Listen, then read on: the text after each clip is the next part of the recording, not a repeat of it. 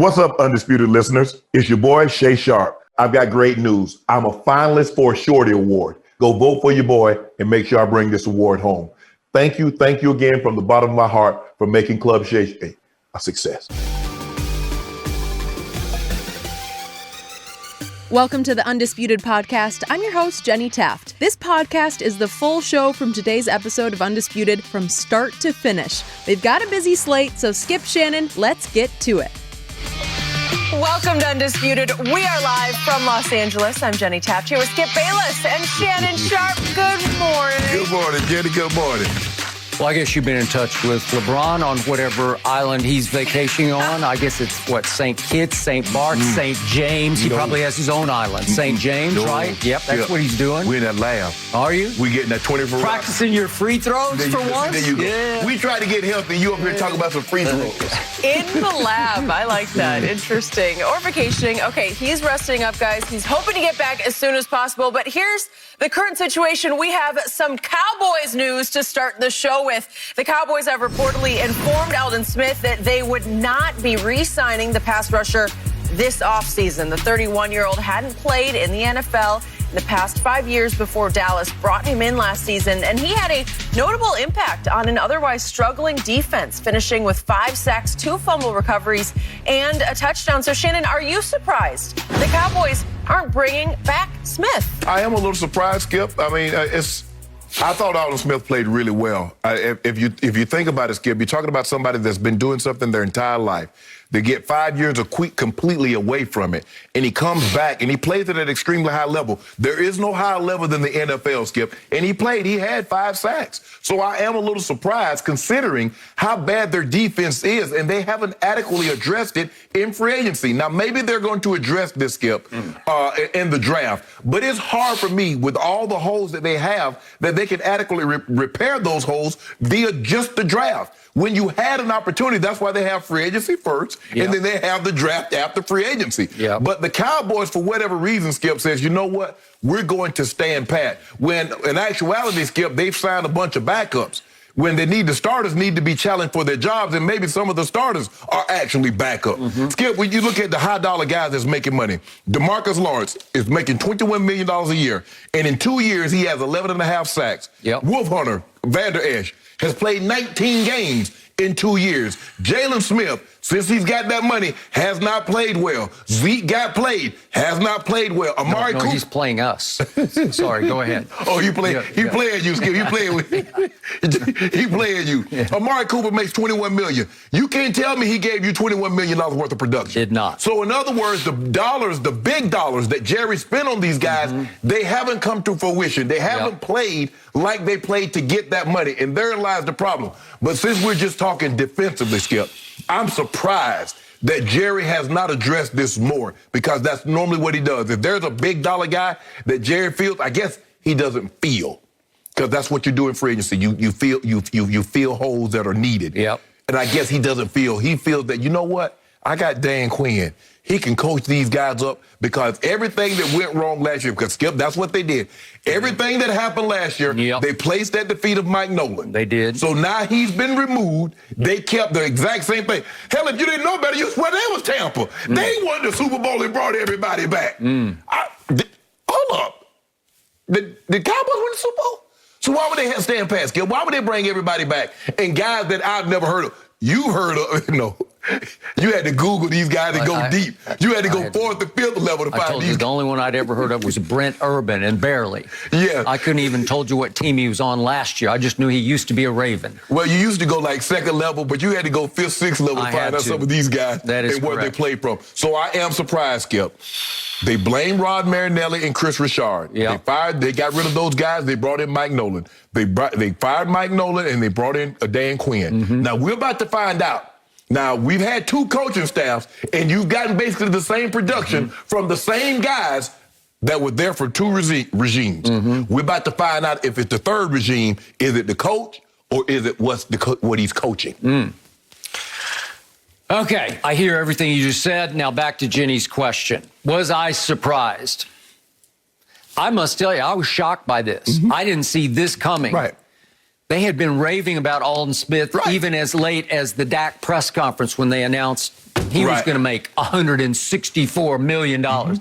Can he live up to $40 million a year? That's going to be the looming biggest question facing this team now. Because other than that, we are shopping in the bottom of the bargain basement bin. I thought Jerry was going to add 2 significant free agents. And to your point, most of Cowboy Nation has not even heard of anybody we have signed, including our latest signee. We got a curse. Maybe it's a curse C-U-R-S-E, but I'm thinking, is it Javon Curse? Remember Javon Curse from 1999? I do remember. I played against the Freak. Right? Yes. Well, we signed his nephew, and his name is Jaron Curse, and I don't know much about him because he was ranked 73rd among safeties in the league last year. 73rd? Was at Minnesota. He was a box safety. He was. He went to Detroit, and he got in a little trouble off the field. And 7th rounder out of Clemson. He's a big kid. He's 6'4", 215. But I thought he was more of a special teams ace. And then I looked up on Pro Football Focus. Where do you rank in special teams play? 556 they ranked him. So forget about that. Aldon Smith. What just happened? I kept telling you early in the year, revelation, God send. Yeah. Did I not say that? Yeah, you raved about it. Maybe the greatest comeback story in the history of the National Football League. Out for all those years. Really hadn't splashed and flashed since his first 2 years. His rookie year, he had 16 sacks. His second year, he dominated pro football with 19 and a half sacks. He was first team all-pro. He was a force in this league. And then he had issues. Then he had alcohol issues off the field. He fell down. Finally hit bottom. Said he was sleeping under his car just a couple of years ago. And thanks to our man Jay Glazer, he got back in shape at Jay's gym. And here he came. And those first 4 games, especially that one at Seattle when he had 3 sacks, I said, "Thank you, God." Just fell out of the sky into our lap because he looked like not a Pro Bowl player, but a genuine, bona fide left defensive end that you could trust. But Skip, after you watched the first month of the season, you could see why Jerry took a flyer on him. Yep. Okay. Which brings me to the rest of the season. So statistically, more than 40% of his tackles and quarterback hits came in the first 3 games of the season. He managed only 1 sack over the last 3 months of the season. So he hit the proverbial wall. He did. And he's not that old. He's 31, but he couldn't get back in the rhythm of a 16-game season. Correct. He gave you all he had for about a month. Yes. And it was some month. He should have been the defensive player of the month. And then he began to fade. And to my eye, he began to lumber and plod. He started to look like he was playing more in slow motion to me. I didn't see any electricity from him. I didn't see any sudden from him after the first month. Well, that normally happens, Skip, when someone is away from the game. That first week, that first couple of weeks. But then you see that, okay, instead of trying to play him as many snaps, now you just make him a specialist, Skip. You give him 15, you give him 20. Say, son, all we need is 20 plays. But I need those plays to be explosive. They still kept trying to play him as many downs as they were playing him, and not now. Not that was too soon. Okay, I got it. So in the end, Pro Football Focus ranked him among edge rushers 57th in the league. Well, I can't defend that. Right. I can't say, yeah, we got to have him. We don't got to have him. And just for the record, here are the top 5 of edge rushers. Khalil Mack. TJ Watt. Joey Bosa. Myles Garrett. And would you believe our man DeMarcus Lawrence ranked 5th overall in their grade. So he had a better year than I thought he did, according to Pro Football Focus.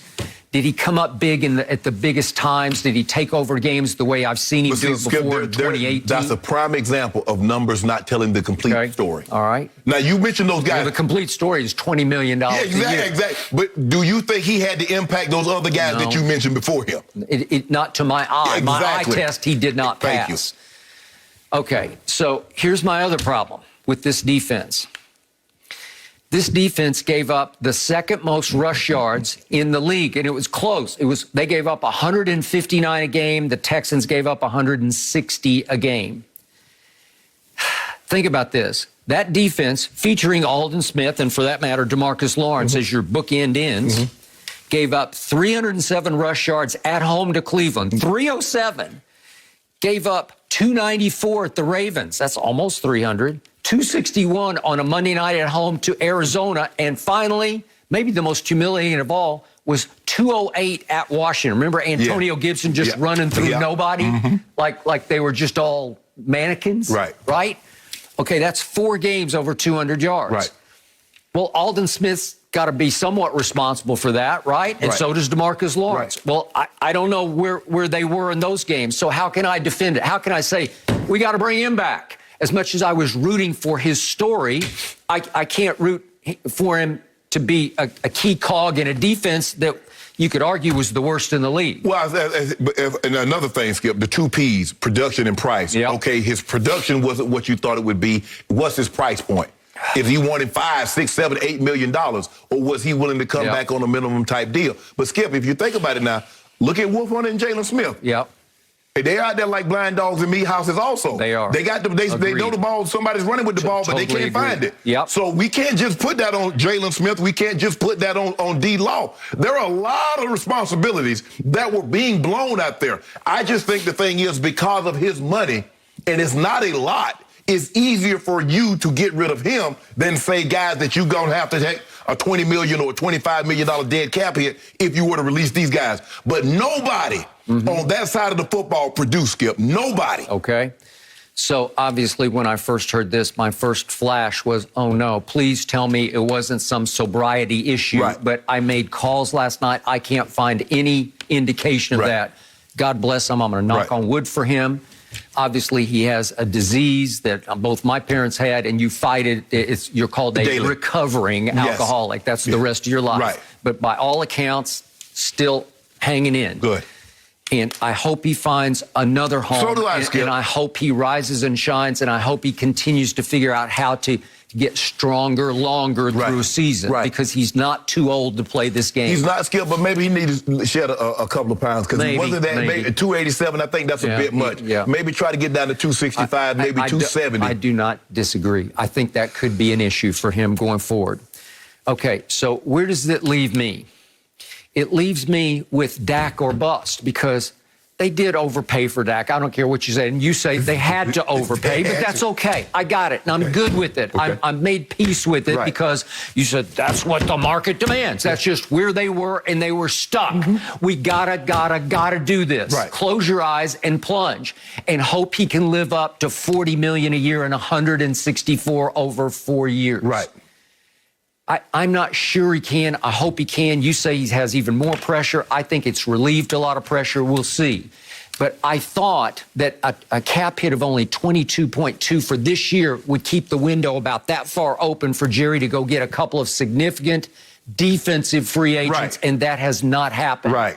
Because I look at Ty Nsekhe. He's a backup offensive lineman I'd never heard of because he'd bounced around the Arena League from Corpus Christi to the Dallas Renegades, Corpus Christi Sharks to the Renegades. Okay, wow, wake me up tomorrow. Then Carlos Watkins, they signed as another defensive end, so he's going to be a potential replacement for Aldon Smith. He started 11 of 16 games last year for the Houston Texans, who had an even worse run defense than the Dallas Cowboys did. And he probably had less sacks than Aldon Smith. That is correct. I told you Brent Urban I have some respect for because the Ravens liked him. Then he bounced around between Chicago and Tennessee. He was ranked 50th overall among defensive players by Pro Football Focus. That was a pretty good signing. I know it's a no-name, but every one of them is no Cowboy fan had heard of any of these people. Then we get to Terrell Basham. He was a Jet last year.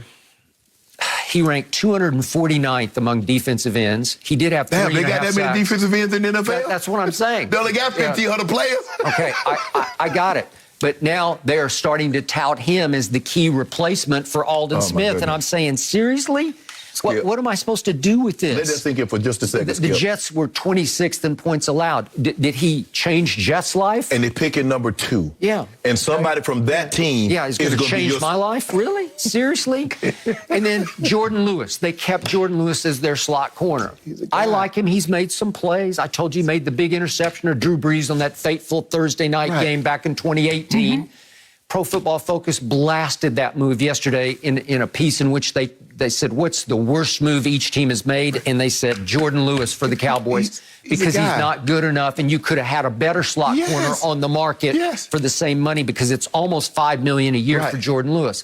Jerry loves his own. They're my babies. They're growing up to be my Cowboys. Don't let your babies grow up to be Cowboys. Right? I think, and also, Skip, a lot of that has to do with is that it's not a good sign because if I'm not mistaken, Jordan Lewis might be the only guy that's still left from the 2017 class that had Taco Charlton and Woozier had all those guys. Correct. So, Skip, that's not a good look. If everybody from your entire draft in just 4 years is not on your roster. Right. Okay. So Jerry feels something sort of like, man, that's going to make us look bad if everybody is gone. So, and I'm not saying because Zeke deserved a second contract. Jalen Smith, these guys deserved a second contract. But when you get that, you have to show. Now, we don't pay you. He earned it. Now you got to earn it again, Skip. Yep. You don't get to say, well, you know what, I earned this money. Now I'm just going to kick my feet up. You can't do that. Which brings me to the centerpiece of my free agent acquisitions, Keanu Neal, late of the Atlanta Falcons. Last year's Atlanta Falcons had he's a safety, obviously, a box safety. He's got to cover somebody sometime, even if you play him at linebacker, which they well might. Yes. The Atlanta Falcons had by far the worst pass defense in the National Football League last year under Dan Quinn. By far the worst. In fact, it was the 5th worst in NFL history. Worse than all the defenses that Mike Nolan had when he was in Atlanta. You say he didn't deserve the job for the Cowboys. Okay. So now I got that guy he was their head coach / defensive coordinator, Dan Quinn. Right. He's now my coordinator in place of Mike Nolan, who got, to your point, he was demonized by me also and just run right out of town on a rail, right?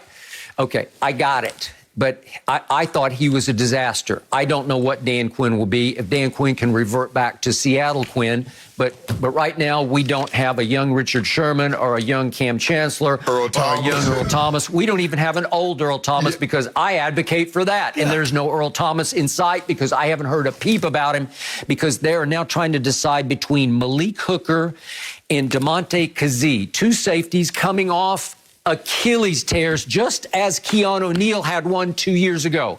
Achilles safeties, which has been my Achilles heel for the last decade. You need an impact player, Skip. That's what you need. I need somebody I've heard of. Yes. Just one? Just one. I need a name. I need some pedigree. I need somebody with a little bit of legacy. I need a made man who comes in and you say, he walks into the locker room, guys say, we got Earl Thomas on our side. Well, I guess what they're going to do, they're going to go in the draft and they're going to get you Pat Surtain Jr. I assume. They're going to get I think there's a DB from Virginia Tech. It's Caleb Farley. They're going to go back and forth. Yeah, there's a guy from South Carolina, Horn, J.C. Horn, I think his name. Yeah. So, Skip, maybe they say if we get Skip, we get Farley, we get Surtain. No, you can't get both. I'm just saying, if we get one or the other, it's one or the other. You're like, oh, okay, it'll be okay. But, Skip, I would have liked to see you address because I believe you could have. So what's to prohibit you from getting someone in free agency and also getting one of these corners in the draft? Okay. Well, what it feels like to me, what it smells like to me, is that Dak ate up just way too much of the cap, even with that lower cap hit. Damn, he got $22 million. If you franchise, it's going to be $38 million. Okay, where's the money being spent? Jerry said he had pie, bargain basement.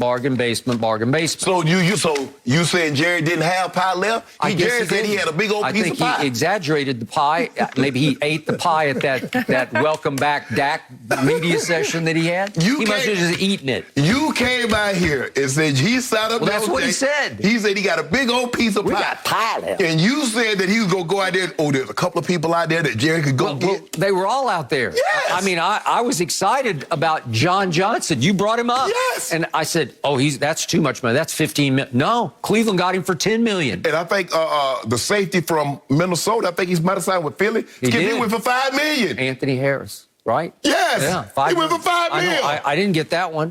He's better than any of these guys. Now, Malik Hooker used to be great, but he's been hurt and hurt and hurt some more. I ain't chancing that coming off an Achilles injury. Okay, I got it. So I'm lost on the whole thing, and it's the dreariest free agent period we've ever had. And again, Jerry's not huge on free agency, but he's taken his swings on this. Well, I guess he got burned so bad last year, Skip. I guess so. Well, last year it was a parade of free agents. Yeah. And then he ran them all out because they all said no to Mike Nolan, and I think they were all correct. Right. Okay. But the thing is, Skip, you said that Jerry looked at the signings of Goff and Wentz and says, oh, that's too much, that's too much, too much. Okay, now he signs Dak. He caved and signed Dak. Is he already having buyer's remorse?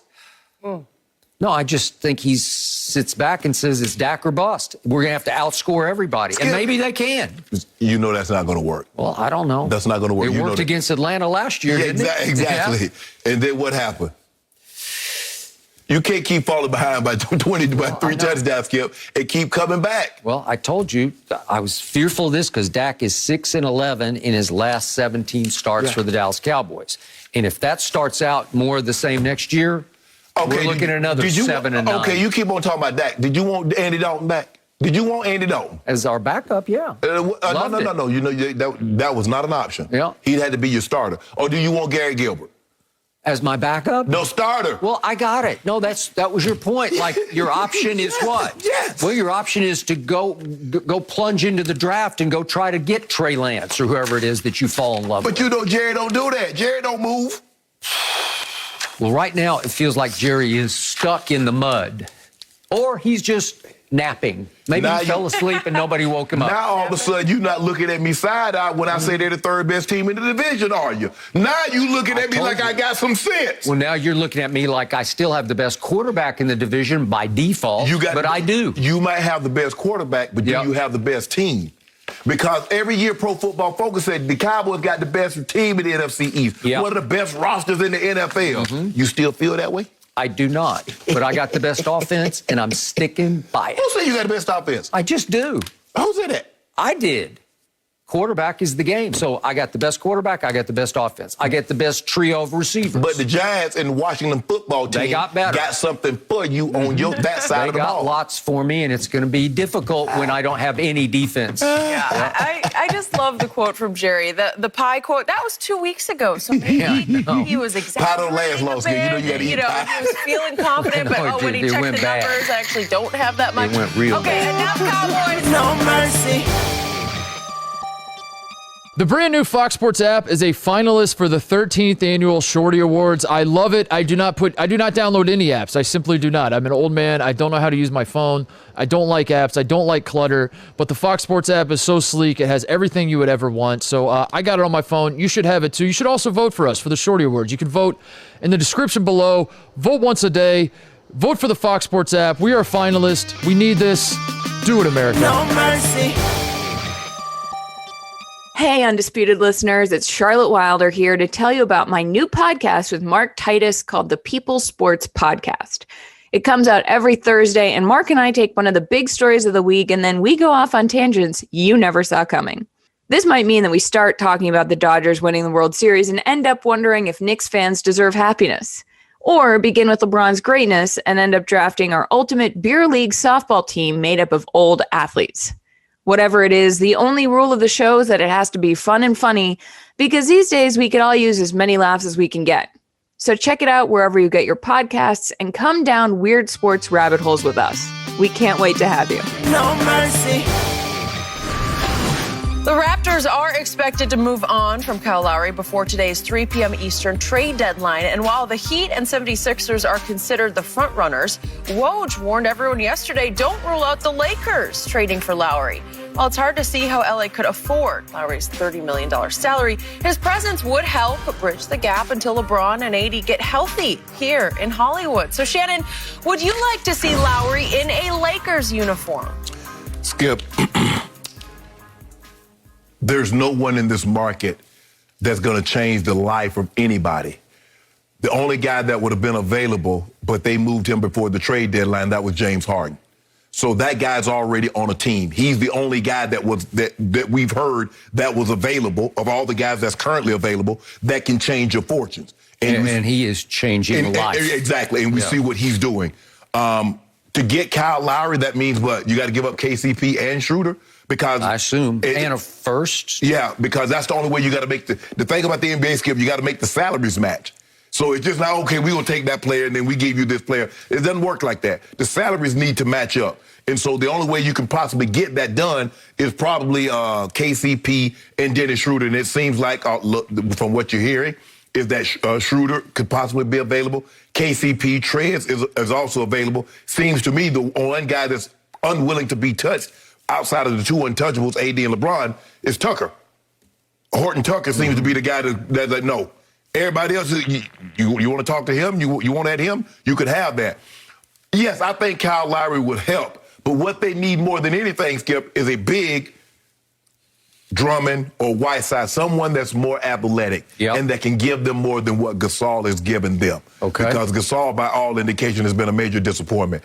All things being equal, I would rather have Andre Drummond than Kyle Lowry. I think Kyle Lowry is unbelievable. I think he got pedigree. He's tough. He's strappy. He's from Philly, so we know he's tough. Plays defense. Can make big shots. But I'd rather have Andre Drummond, all things being equal. But if Andre Drummond is not available, sure, I'll take Kyle Lowry. But watch. We doing all this talking, and Roy just said, don't count the Lakers out.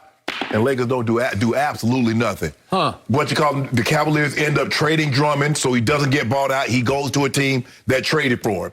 Hassan Whiteside, they don't do anything. They trade Hassan Whiteside, and we don't get an opportunity to get a big. So that's what I'm expecting. I'm hoping for the best, but I'm expecting absolutely nothing. That the Lakers would go Cowboys and do nothing? They got nothing, Skip. We don't have anything. All our picks, the Pelicans own all of our picks.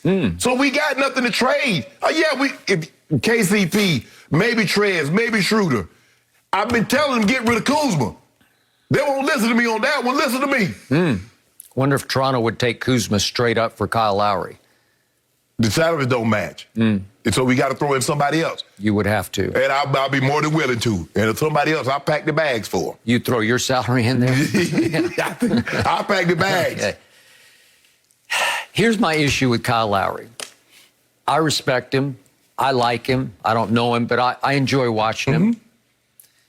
But I've always thought he was a little overrated because he's 6 feet tall. Yeah. There's only so much you can do in this league when you're 6 feet tall. Right. And I get it. He's a pit bull of a Philadelphia baller. I get that.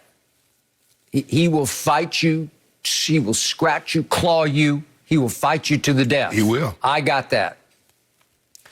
He's made 6 All-Star teams, but his career averages are 15 points, 4 rebounds, and 6 assists. Yeah.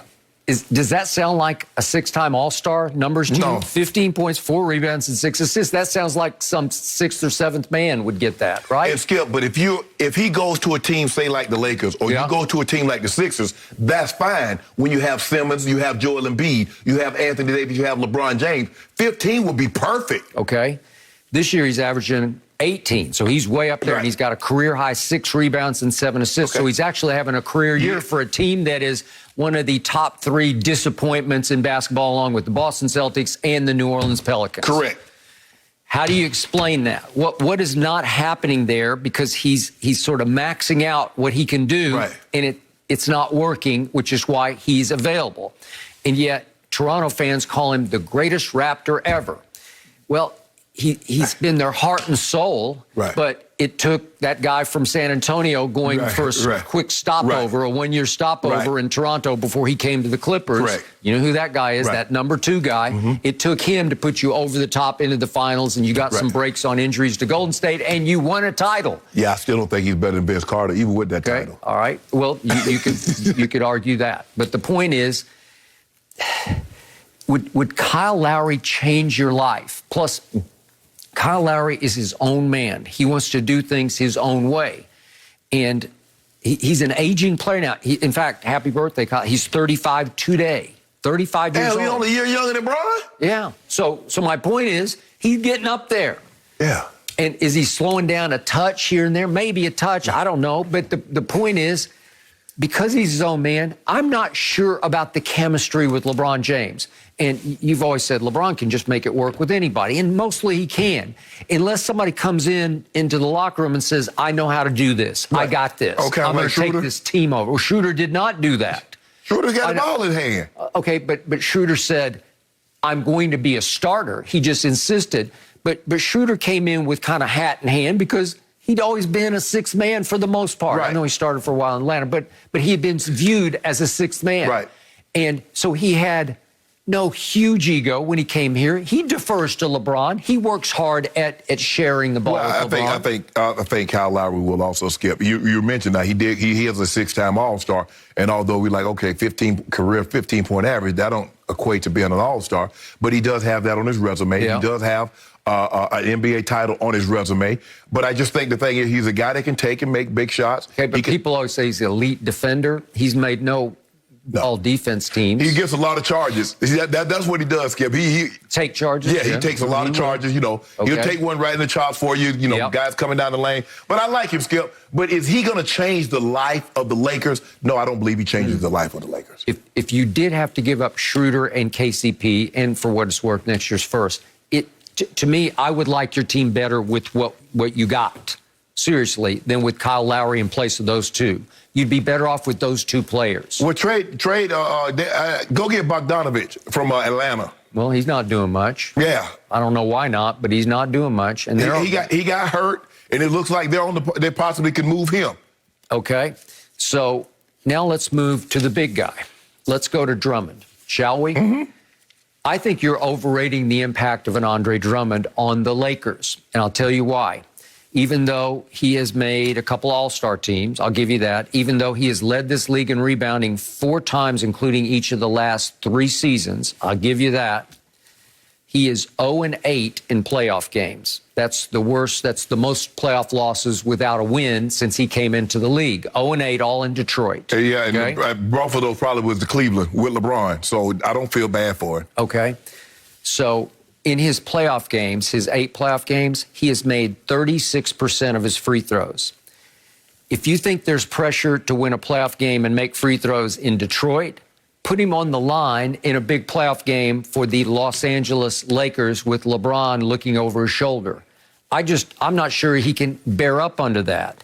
He's a career 47% free throw shooter. I don't think you're going to love that because he is a candidate for hack a Drummond. Well, do what you want. Hey, beat the drum, whatever you want to call it. But guess what? We're going to be getting a lot of second chances because he's going to be cleaning up all the glass work. All the glass work, and he's leading the NBA in rebounding this year. He can rebound. I'll give you that. He's not gigantic. He's wider than he's tall. Taller, yeah. You know, he's 6'10". He's a big body. He is a huge body. He is. But by the way, in his 1 year at University of Connecticut, UConn, that team went 20-14, not great. Lost in the first round to Iowa State, 77-64, just got wiped out. What happened in that game? Andre Drummond played 26 minutes. Again, he was just a freshman, but he scored 2 total points and fouled out of that game. Well, he was definitely, Skip. He's definitely a better pro than he was a college player. I think we can agree on that. He's carved out a very good niche for himself. Skip, 17 rebounds. I mean, he gets you 30 and 20. He gets you 20 like it's nothing. Okay. I mean, you remember with the Cavaliers, Skip, he had a 25-21 game. Are you going to trust him the way you trusted Dwight Howard? Dwight's played in a lot of big games. I trust him. Yeah. Get O'Brien.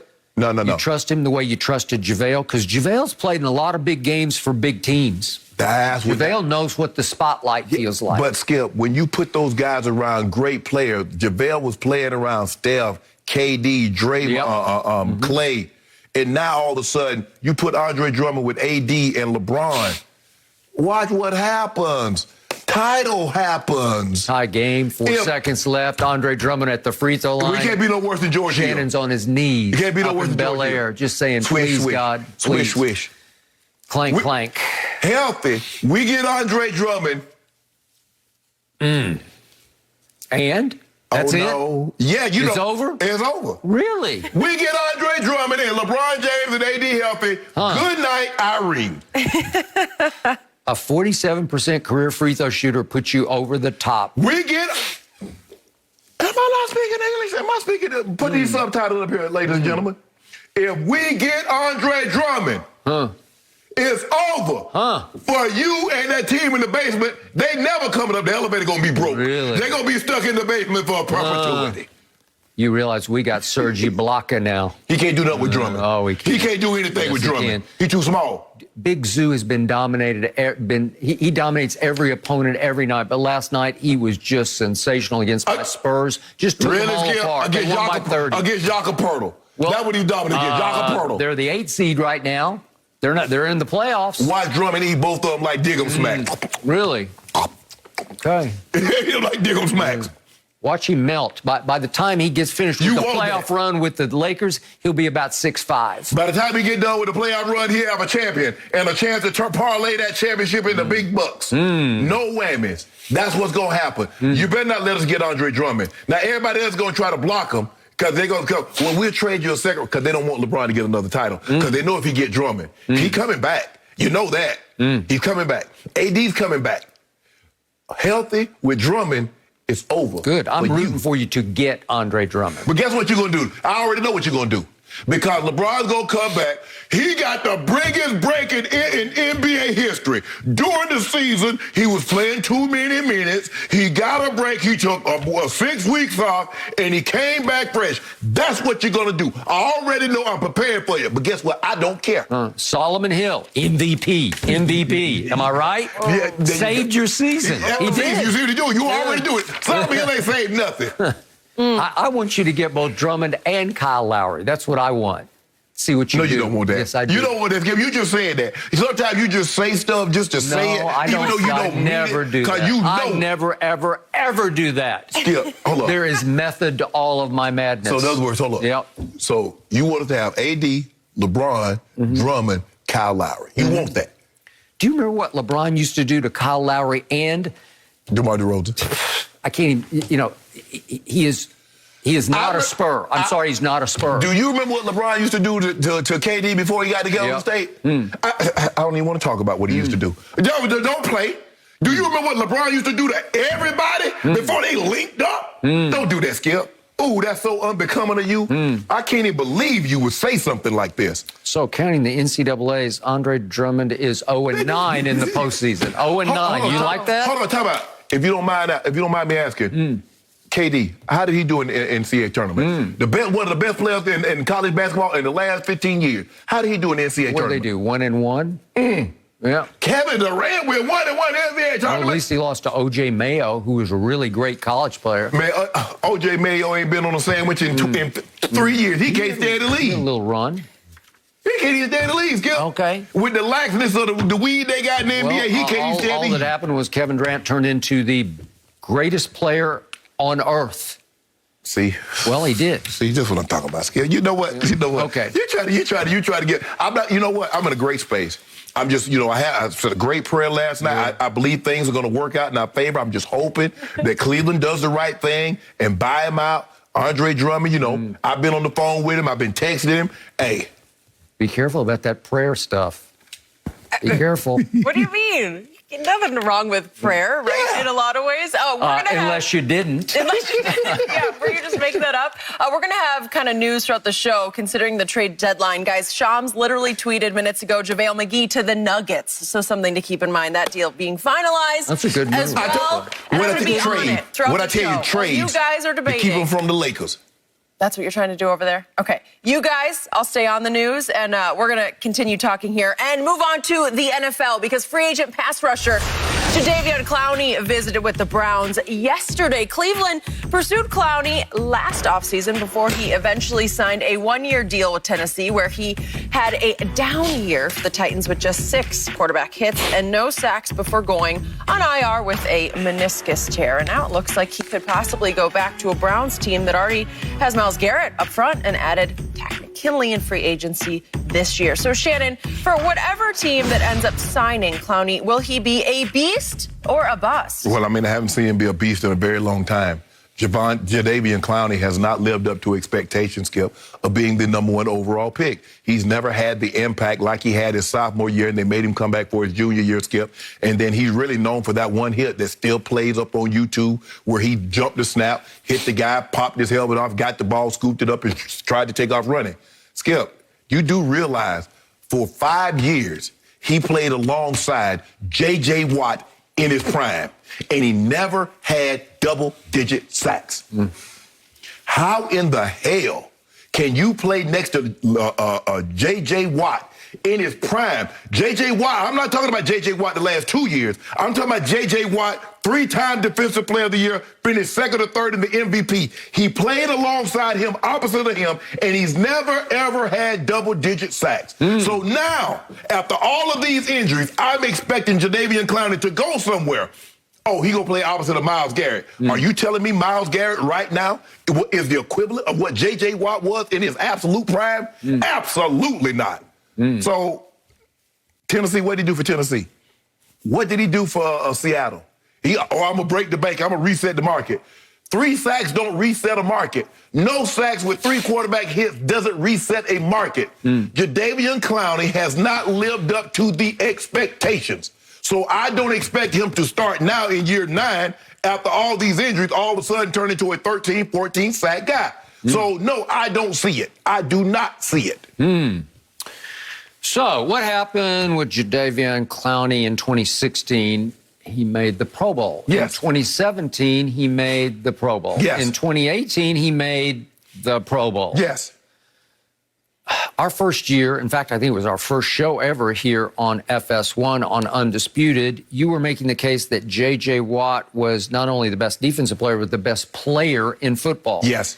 Is that in part, or maybe large part, because of the guy who was playing on the other end of the line from him? You do, before he even got there, you do realize J.J. Watt had about 2 of those Defensive Players of the Year before Jadeveon Clowney even got there.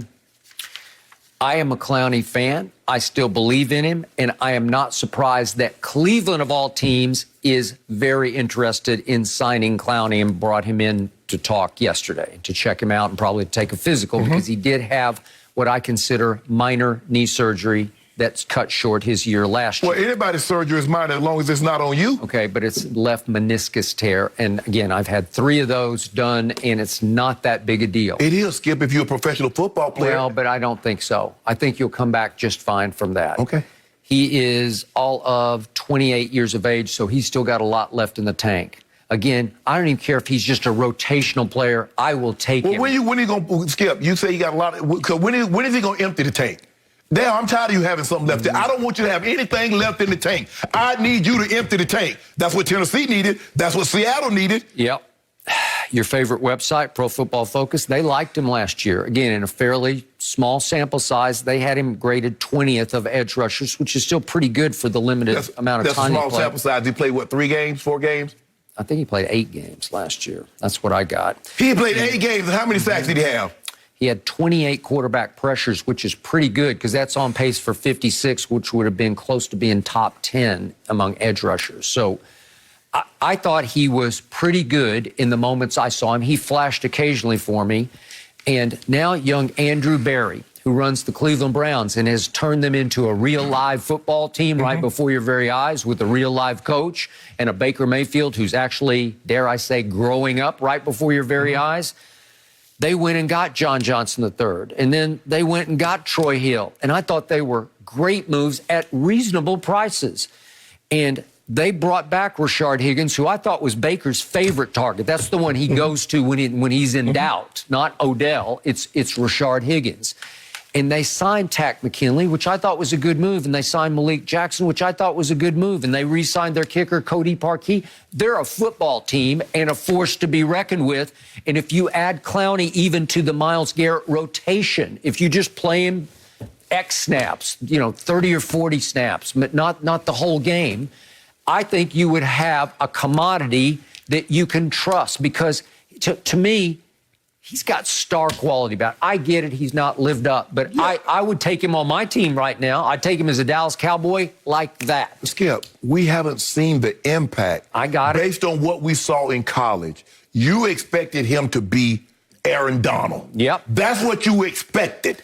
Although his last year, it was a little shaky. It was a little hit and miss, and everybody was thinking, are you just protecting yourself? Yes, and I believe he was, because he knew it well. If I just stay healthy, I'm going to be the #1 overall draft pick. Yeah. I'm just saying for Skip, that size. Skip, the dude ran 4.6. He did. At 266. He is a freakish talent. And he still is. He's not too old at 28 to give you something. That's what's so, Skip, that's what's so disappointing. When you see guys with such God-given ability. The guy can vertical jump 40 inches at 6'6", 264, run like a deer, can lock out, he plays the run extremely well, tackle for losses, but the impact consistency that you want to see from a guy with that kind of ability, Skip, is not there. Myles Garrett had to turn into what he turned into because I didn't see Myles Garrett. I'm like, hold on, bro. You too big, too strong, too fast to just flash once or twice a game. You got to dominate. Started dominating. People look at Myles Garrett different.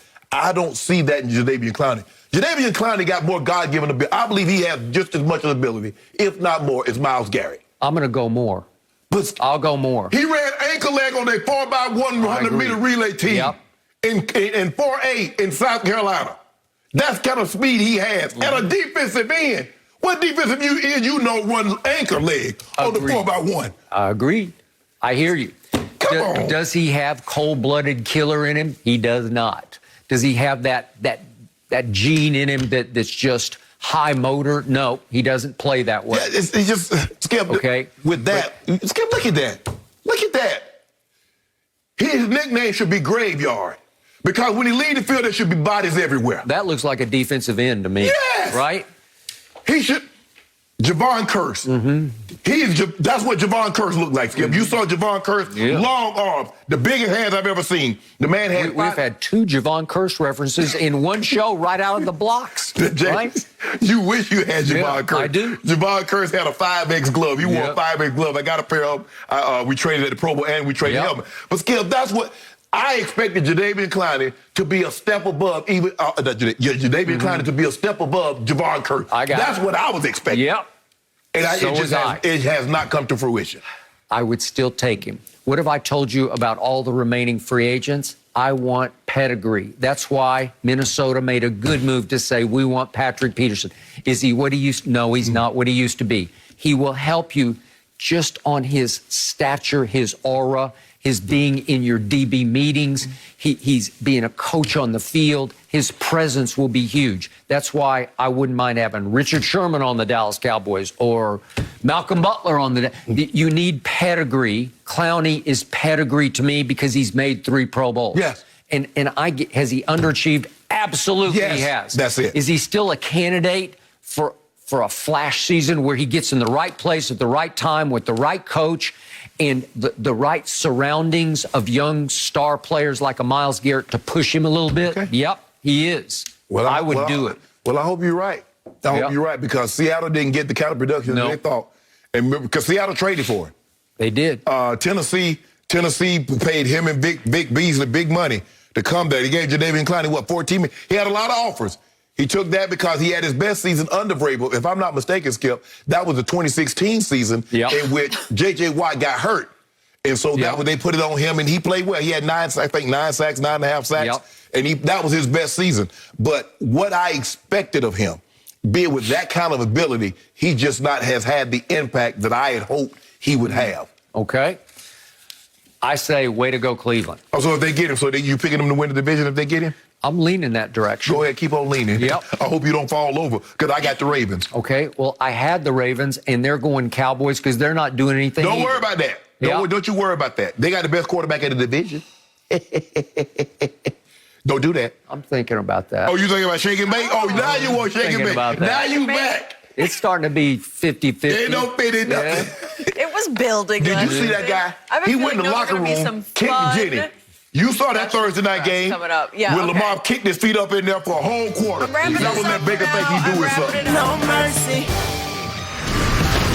The Nets lost without James Harden last night, but the superstar still made headlines when Charles Barkley said, no disrespect to LeBron or Giannis, but James Harden might be the best basketball player in the world.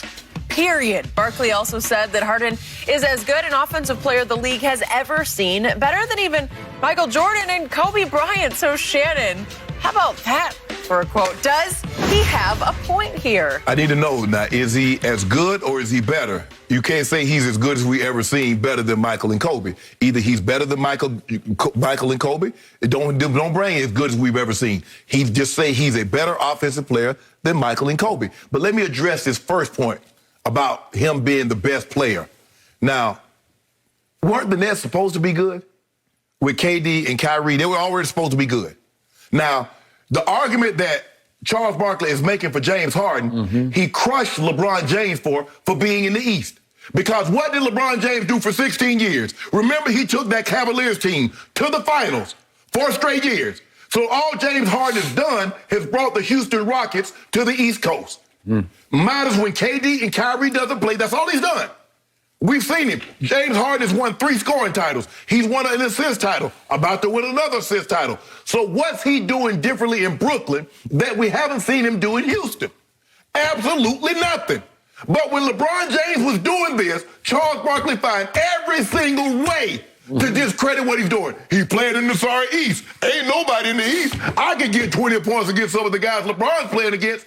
Now that James Harden is doing it, somebody other than LeBron James is doing something that LeBron was doing, James Harden is. Now he's the greatest thing we've ever seen.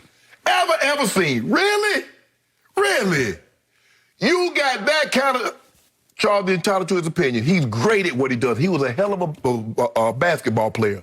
But Skip, what has James Harden done that you've seen him do in the last 30 games that you didn't see in Houston? Remember, he led the league in scoring and still led the league in assists. So I'm not surprised by anything James Harden is doing. But I tell you what I want you to do. Wake me up when he does this in the playoffs. Because I've seen him do this for the last 8 years come regular season. Okay. So you were interpreting what Charles Barkley said as a shot between the lines shot at LeBron James. And it was, and you did too. I did not. From my heart, I did not. I never even thought twice about that. My first thought was Charles finally got one right. He said he's probably, I'm going to go all the way to he just is. He is. So he's better than Kevin Durant now? I'm talking about perimeter offensive player. He's the greatest I've ever seen. And what he is doing now is very different than what I saw him do in Houston because his usage rate has dropped dramatically here. He is distributing in ways he never distributed. Even though he led the league in assists one year in Houston, his usage rate has dropped 5%, which is huge, from 33.3 all the way down to 28%. And yet he leads the league in minutes played. That's what fascinates me the most. This man is a baller. All he wants to do is play and play and play some more. He just stays out there playing, and he plays hard every dribble of the game. I don't care what you say. He plays defense. He might not be the greatest defender, but he will disrupt. He will play center field. He will get his hands on a lot of basketballs. And since he went to Brooklyn, he's averaging 25 points, 9 rebounds, and 12 assists. And obviously, he's just running away with the league leading assists. We get that.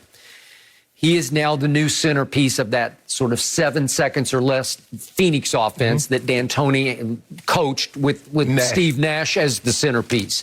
He's getting to do that. And he is thriving because for years he led this league in free throw attempts, and it wasn't even close because all he did was get to the free throw line in Houston. 7 times he led the league in free throw attempts. The last 6 years he led it. Now he's plummeted all the way to 9th. So he's not doing that. He's not attacking the basket quite the way he used to. He's asked to play differently than what he was in Houston. Okay, so I'm just going on my eye test. I am mesmerized watching this man control basketball games for the Nets because without KD, because he hadn't had KD a whole lot. No. 21 games with no KD. He's 16-5. Right. 6 games with no Kyrie. He's 5-1. So that's why I say MVP. He's right there. I know it probably hasn't started yet. We haven't seen. Is LeBron going to get back in time to make a push? Right. Is Embiid going to get back in time to make a push? Right now, Jokic is sort of, by default, vaulted to the top. The books got Jokic as the favorite right now. Barely, he's the favorite. I got it. But This man is hypnotic with the basketball because it is genius at work. The other night, I couldn't stop watching the game at Portland. He's playing them by himself. CJ's back. So it's CJ and Dame, and it's Cantor, who got 19 rebounds, 10 offensive, and scored 19 points. And James didn't even shoot the ball very well and controlled the game from start to finish, and they pulled away and won the game. They're still a deep team, but Shannon, this guy has the game on a string. He can just do whatever he needs to do. Joe Harris needs a three, I'll get him a three. Do we need a bucket? I'll just go get a bucket because nobody can stop him from the rim.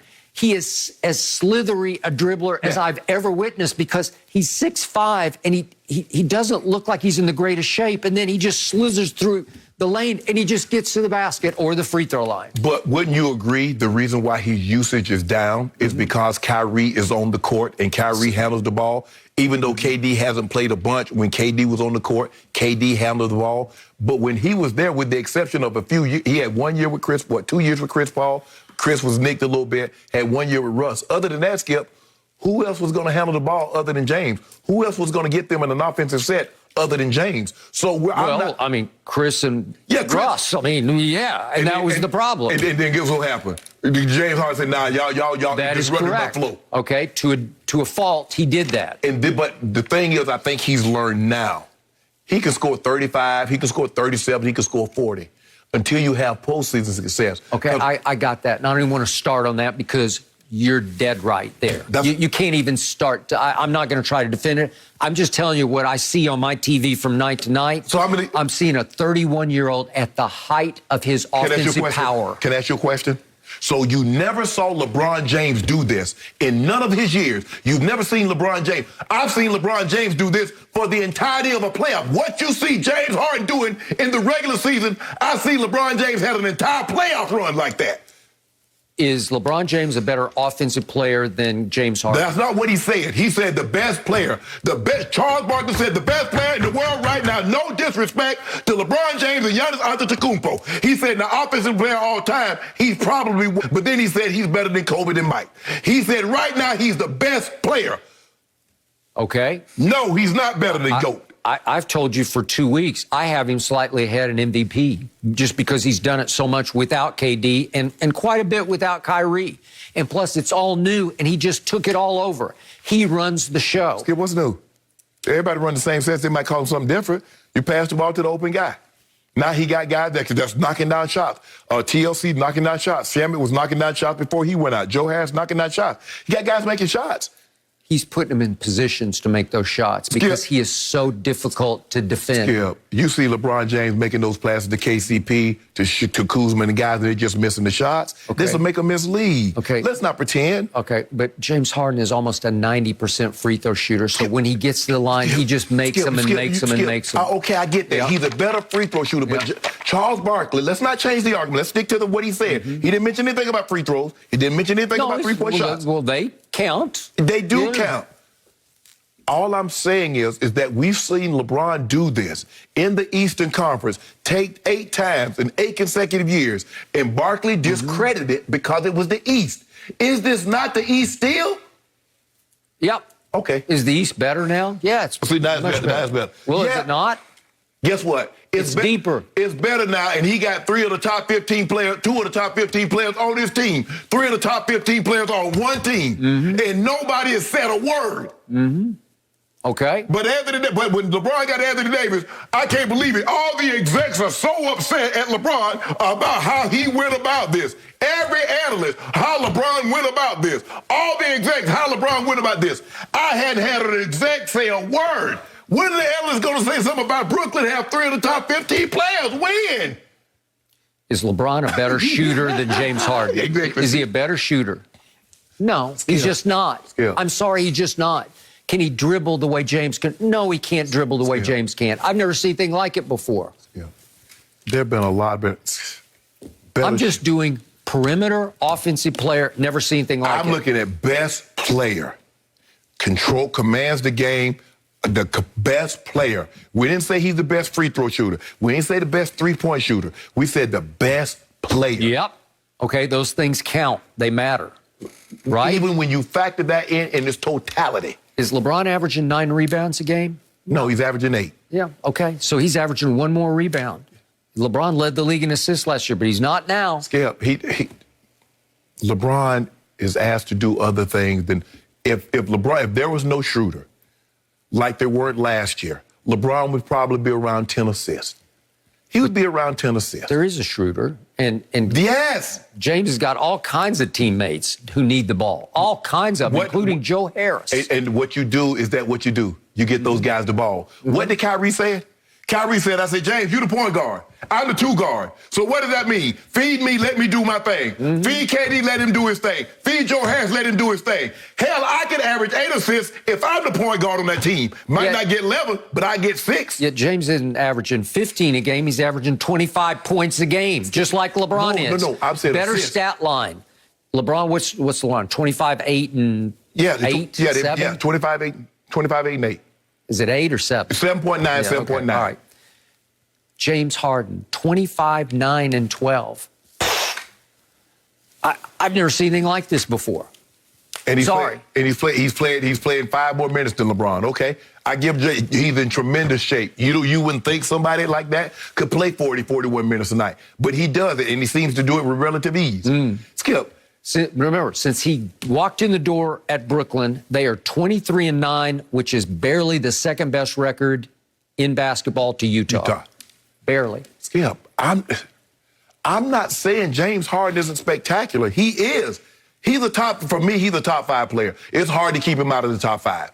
You might not like, when he was at Houston, all that dribble, and step back 3, but Skip, his offensive skills are not to be messed with. When it comes to, and I would agree with Charles with this. Offensively, there's a very short list of people that had a better offensive game, I'm talking about just pure offense, than James Harden. But to me, no.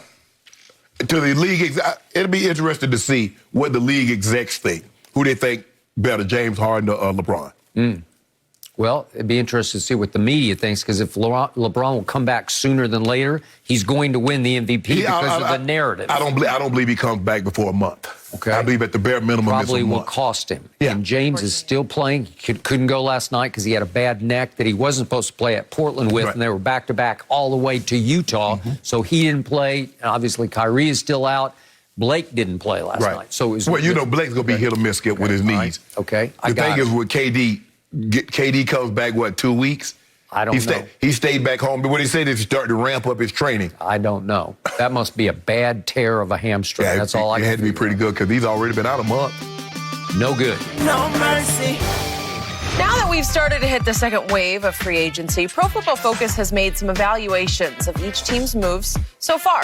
They say the Patriots have turned heads by spending huge money in the first week of free agency, making some high-risk, high-reward decisions for the offense. And meanwhile, they praise the Bucs for bringing back Shaq Barrett and their core free agents from the Super Bowl, and say they've got a good chance to repeat in 2021. So, Shannon, who has won free agency so far, in your opinion?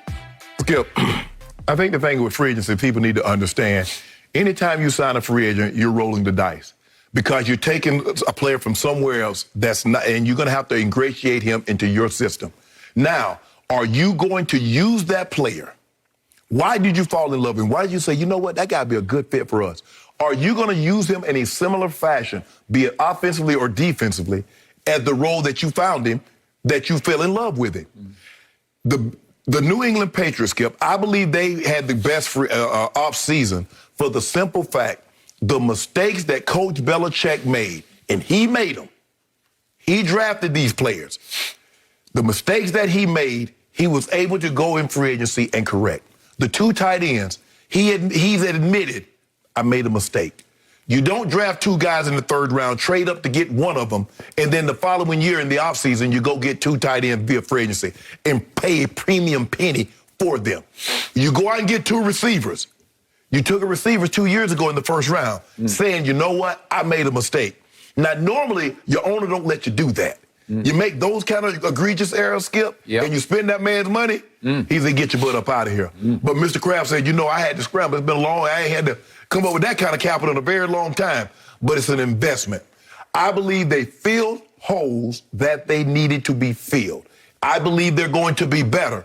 So let's just say they missed the playoffs last year. They make the playoffs this year. Job well done. Unless the team Tampa wins the Super Bowl, what do they do? Now, we've seen the Kansas City tried to stand pat. Injuries, I always felt the greatest deterrent to our team repeating is injuries. They had injuries at the wrong time. You get an opt-out by your one guard, another guard, your left guard go down with a knee injury, your right guard, your right tackle has a back injury, and then the championship game, your left tackle go out with an Achilles injury. Boom, boom, boom, boom, boom. A series of unfortunate events. You read the Limited Snicket series. But anyway, so for me, Skip, I'm going to take the Patriots. I know these are not Gronk. These are not, a Julio Jones type names. But what they were able to do was fill holes that they needed to be filled. I believe this makes them a playoff team. The thing is, I just don't believe that. We'll see how it works out for Tampa. But standing pat, everybody else is going to be gunning for you. Nobody was gunning for Tampa last year. You know what happens when you win the Super Bowl. Everybody, because there are a lot of teams, Skip, that are not going to even make the playoffs. You're their Super Bowl. Yeah, I watched those Dallas Cowboys in 1993. Everybody was gunning for them. They just went boom, boom, boom, boom, boom. Rolled right to another bowl, right? Yeah. It can happen. Yeah, it can, yes. But what were they able to do? Avoid what? Injury. By the way, the Buccaneers lost Antoine Winfield Jr. at New Orleans in that playoff game, and then they lost him for the whole game on the frozen tundra of Lambeau. Come on, Skip. Well, they did. We should have been the defensive rookie of the year, and they survived. Over Chase Young? Yeah, absolutely. Absolutely. As the leader of that defense, yes, sir.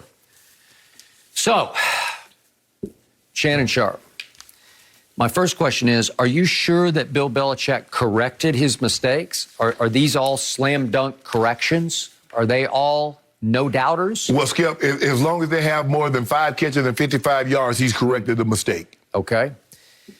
To me, the Tampa Bay Buccaneers, once known as the Succaneers, are running away with free agency, and it ain't even close because they did have a whole bunch of free agents. They were free. They could have hit the market.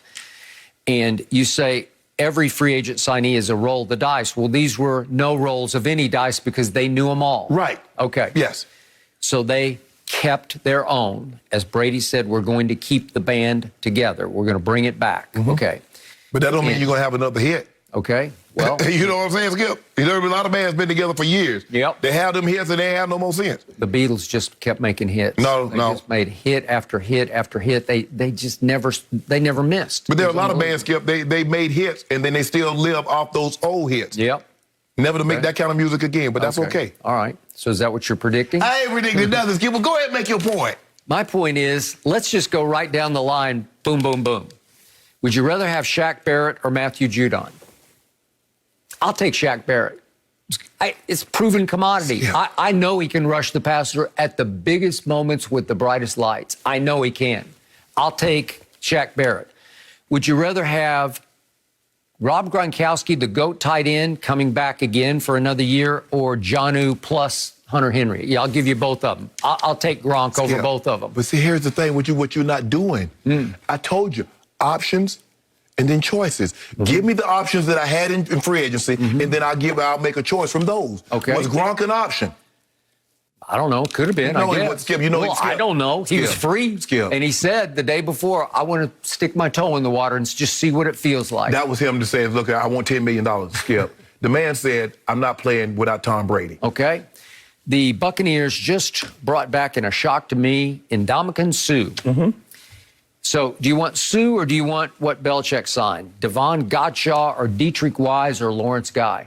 I'll take Suh over all three of them. You can have all three of them together, and I'll still take Suh. But here's the thing. For Coach Belichick's defense, those guys are better than Suh. Suh is a 3 technique, go get the quarterback. What he needs is space eaters. Okay. I'm just doing it in a vacuum. Yeah. I'll still take Suh. But Skip, you got to have guys that fit what you do now. Okay. All right. I got it. Would you rather have Chris Godwin or Aguilar plus Kendrick Bourne? Who'd you rather have? I'll give you both your receivers that you signed, and I'll take Chris Godwin. But Skip, here's the thing. I'm basing it on what they had last year. All the guys you mentioned weren't options, except Sue, maybe. But Sue doesn't fit what they do. Okay. Would you rather have Levante David or Kyle Van Noy, who's now back in New England? Well, I'm just asking the question because this is what happened. This is what you're selling as the best free agent. Let me ask you a question. Was Levante David available to the Patriots? I think he was available to the public. He was on the market. He signed before free agency started. No, he didn't. Yes, he did. No, he started after. Before it was already done because then you had that. You could start talking that tampering period. In the legal tampering, he signed. Yes. Okay. Well, he could have fielded. I'm sure they fielded all kinds of phone calls from all kinds of teams, and he wanted to stay put. And that brings me to even the kickers. Ryan Suckup or Nick Folk? Who you got? I'll take Suckup. He went 9 for 9 in the postseason. It's advantage Tampa. I don't even have a counter to Jalen Mills, but I'll just give you Jalen Mills because I don't love it. Let me ask you a question. Do you think it's a difference kicking in Tampa than kicking in New England? Can be. Yeah, it's a big difference. Yeah. It's a big difference. Unless it's raining in Tampa. Yeah. That can be a problem. Okay, maybe you might get rain maybe twice. Yeah. But we know it's going to be cold. Okay. We know it's going to be cold in Buffalo. We know it's going to be cold in New York, right? All right. I'll take Ryan Suckup. He's got to kick up there, too. He's got to go kick in Washington in the playoffs. You don't think that was a cold game? Yep. Didn't miss. Oh, my goodness. Didn't miss. You're comparing, so it gets as cold as D.C. in D.C. as it does Boston, Massachusetts. No, I don't know about that. Boy, I've had some cold games that I sat through in D.C. where I was frozen in old RFK. So you're going to do that, Skip? Well, I'm just saying it does get cold in D.C. Theoretically, D.C. is the South, right? It does fall below the Mason. I'm just saying. You're not quite there yet. You're not quite south yet, to me. Yeah, but it gets cold there. It gets real cold. But, you ought to be ashamed okay, of yourself. now let's close the deal. The Buccaneers have brought back this quarterback named Tom Brady for his second year, while the Patriots decided to bring back a quarterback named Cam Newton for his second year. So in Tom Brady's first year, he threw 40 touchdowns to 12 interceptions. Then he threw 10 to 3 in the postseason. So his grand total was 50 touchdown passes last year to 15 interceptions. 50 to 15 regular season and post. For Cam Newton's regular season, because they missed the playoffs, he was 8 touchdowns to 10 interceptions. Yes. 50 to 15 or 8 to 10, which ranked 30th in QBR of 33 quarterbacks for Cam Newton. But the way free agency works, if players aren't available, was Tom Brady available to the Patriots? They had him for 20 years and they let him go. So obviously he wasn't going to be available to them. I'm talking about... He was the year before. Yes, and they said, I'm basing it on the pool of free agents. Yep. Based on what they have on their team.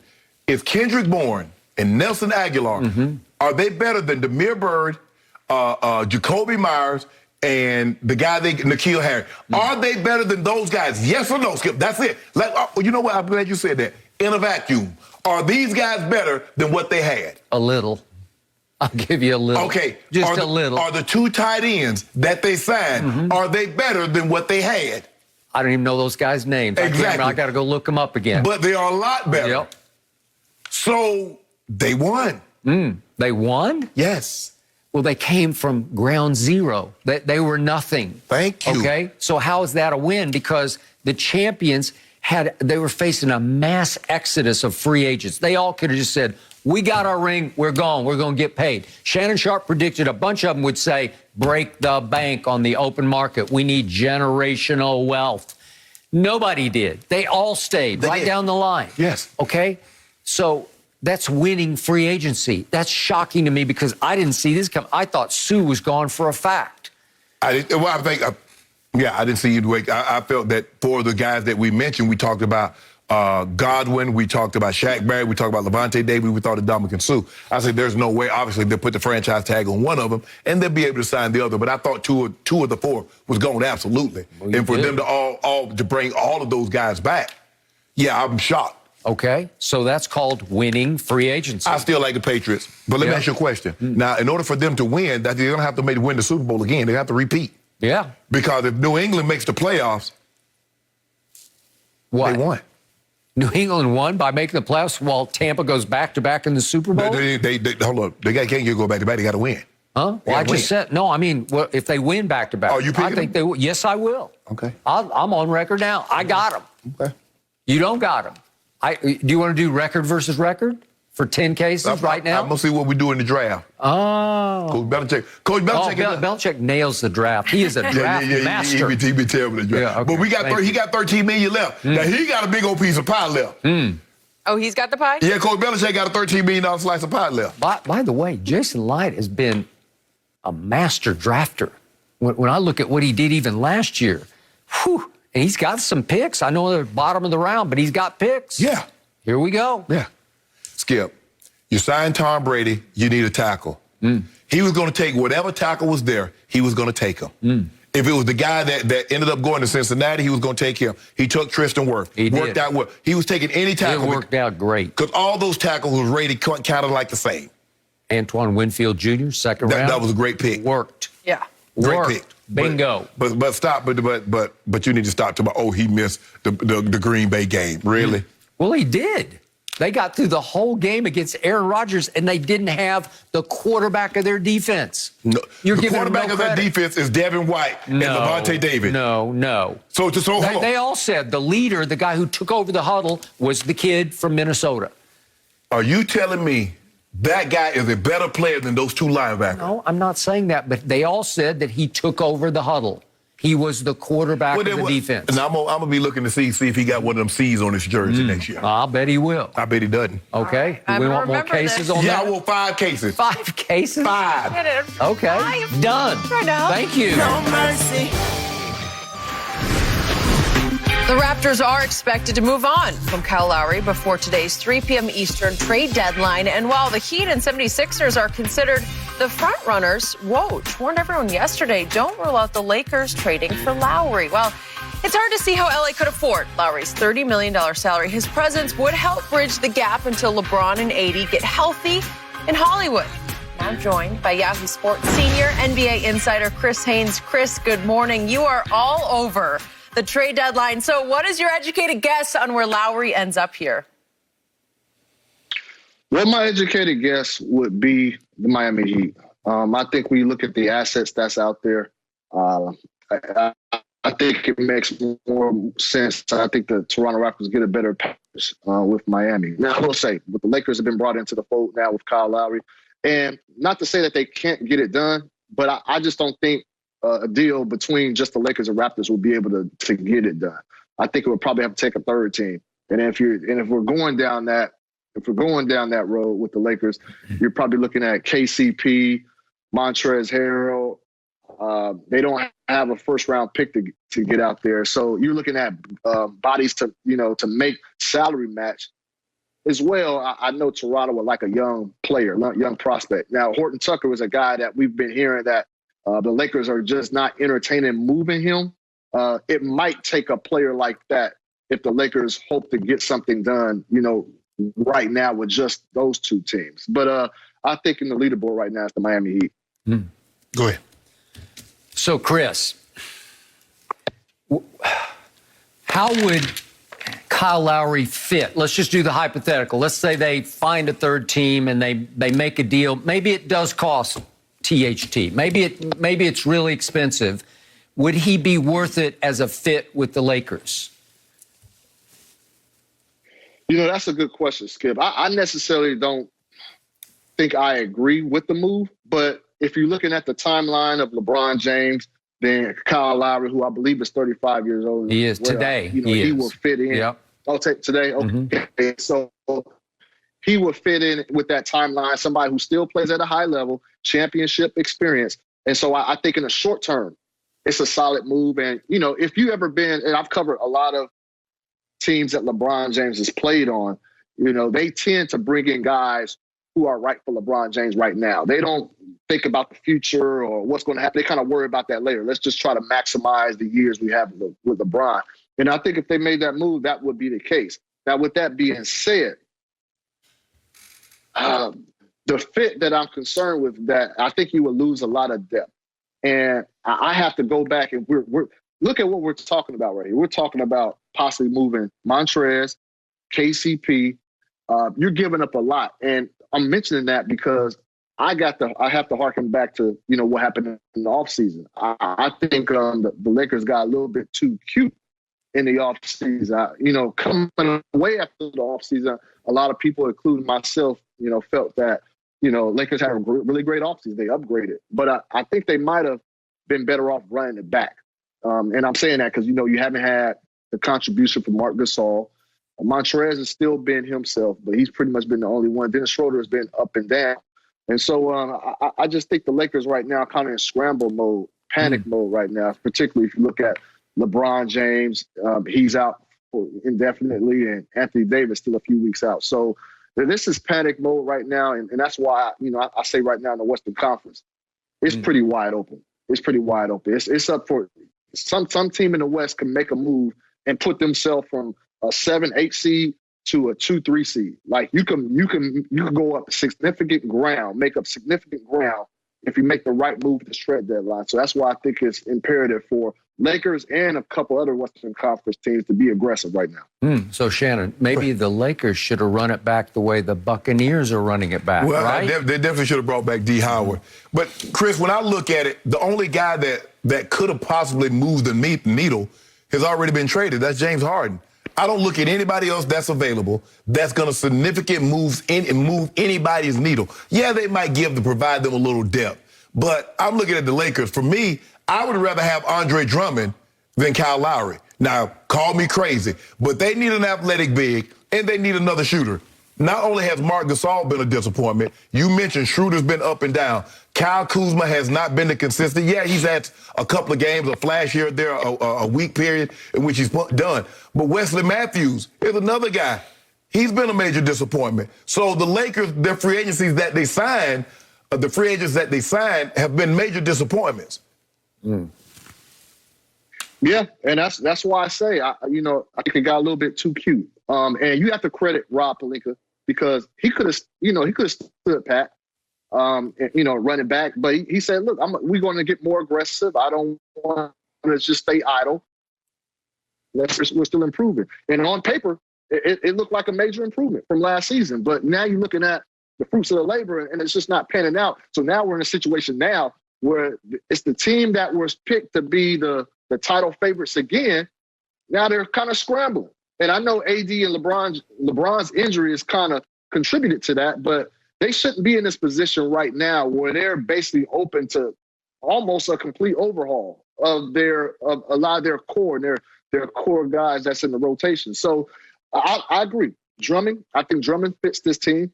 I think he would definitely benefit the Lakers, especially AD, because we know he don't like to play the center minute for extended minutes. And so that would help. But I would be a little, I'm not saying it would be a bad move if they got Lowry, but, I think I'm just concerned more so from the desperation standpoint that the Lakers find themselves. I'm going to reiterate what I told Shannon Sharpe earlier in this show. As much as I like and respect Kyle Lowry, he just turned 35. He's in his 15th season. He's 6 feet tall. And even though he's made 6 all-star teams, his career stats are 15 points a game, 4 rebounds a game, and 6 assists a game. 15, 4, and 6. It doesn't knock my socks off. I don't think he's a life changer. I don't think he's a difference maker. And until Kawhi got to Toronto, he and DeMar had no chance against LeBron and company. You know it, and I know it. So I don't know that he could join forces with LeBron and change Laker Nation's life. I just don't know if he's that guy. I'd rather have Bogdan out of Atlanta. Can we get Bogdan out of Atlanta? He seemed to have fallen out of favor down there. We trade him KCP for him. That would be a nice move, you would think. Now, I would say this about KCP. He's not having the best season, but, KCP came through for the Lakers. He did. In the bubble. KCP, when it's time to really play, he gets down. But it's time to really play right now because LeBron and AD ain't there. But I get that, Shannon. But this is the regular season. I get that. And things change. The defensive schemes change when these teams come in with their different plays set up to take out AD or LeBron. KCP has shown that he can step to the plate. This is my concern, guys. This is my concern, is that the Lakers this season, they felt like, look, we're not going to rush AD back if he gets an injury, and the same thing with LeBron. And they're going to be cautious, and they should be. But the problem is that once these guys get back, Now it's a filling out process that how long it's going to take for them to return to form. Do they have enough time, enough ground to get back to form? And also, when you add in all these new pieces, now you add in Kyle Lowry, now you're going to dramatically change what you do on offensive end and defensive end. Because Skip, as you touched on, he's 6 feet tall. So you got to alter things. Is there enough time to get things in place and get everybody on one accord? I don't know. There may be, but that's the problem that the Lakers are going to be facing. With AD and LeBron getting back, and then a couple other pieces, major pieces that you bring to the table. But so Chris, that concerns me a little bit. But Skip, I don't see them. I see if they trade for Kyle Lowry, I think Schroeder's going to be in that package. I think Schroeder and the KCP. I don't think you trade for Kyle Lowry and you keep Schroeder. Okay. You're probably right. You're probably right. Okay, so you dramatically change your chemistry. You change everything. Yeah. Okay, back to Andre Drummond, Chris Haynes. Obviously, he is a candidate to be traded by 3 p.m. Eastern today. But if that doesn't happen, then he's definitely a candidate to be bought out by the Cleveland Cavaliers, and he can pick and choose where he goes. What is your gut feeling? What are you hearing about how that situation will play out and where he might choose to go? He's still open. Like there are some guys that, like say Marcus Aldridge. For the last few weeks, we've been hearing buyout. So there's really not much entertainment going on there as of right now. He still could be traded, but it's looking like it's more of a buyout situation. With Drummond, we were hearing both. Like Cleveland is still, they want to get something back in return. So they're going to take it all the way up to the top, to at noon Pacific time to see if they can get something in return. Now, that will bode well, obviously, for the Lakers. I do believe, with the intel that I've gathered, I do believe that if Drummond reaches the buyout market, I believe he's going to be a Los Angeles Laker. Okay. A Laker.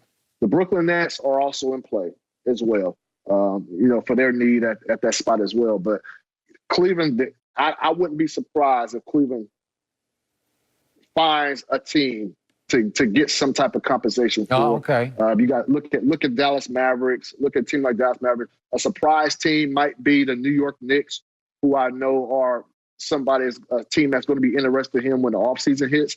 So don't be surprised if they move in last minute and get on the trade front.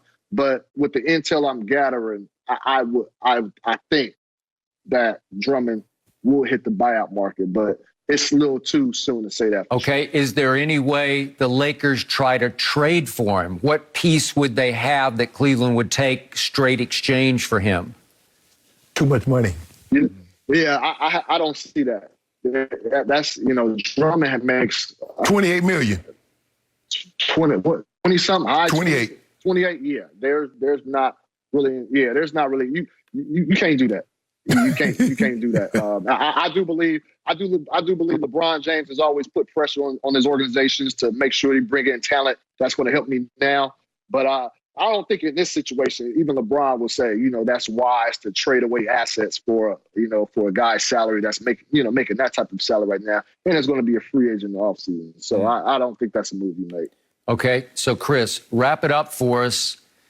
What are you hearing about how long LeBron will be out, and for that matter, how much longer AD will be out?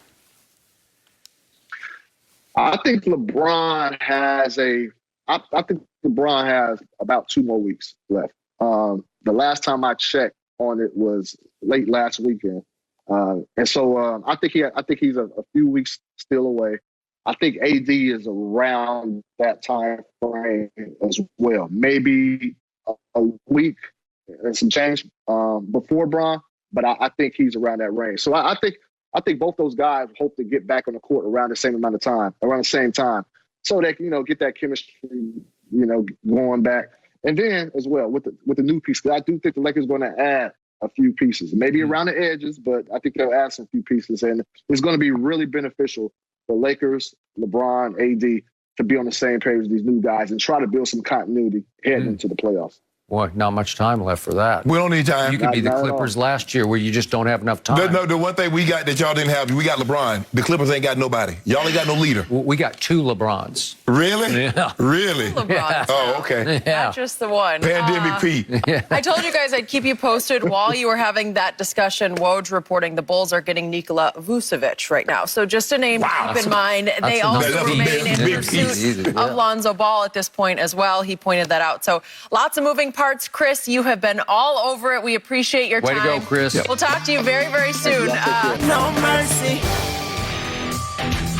Sunday, the best season ever continues as the NASCAR Cup Series heads to Bristol for the first dirt track race in 50 years. The action starts Sunday at 3:30 Eastern on Fox and anywhere on the Fox Sports app. And check this out. Our friends from Bristol have given us a jar of dirt from the actual track. It's going to be absolutely wild to see the world's best drivers tackle this race. I cannot wait for it. This is pretty awesome. I'm definitely keeping this for I got some myself. dirt Sorry, coming. guys. No. Red No, clay from Georgia That's for broad me. ankle. Somehow it always Red comes clay out and that way. vinegar. Okay, Sunday, 3:30 Eastern on Fox.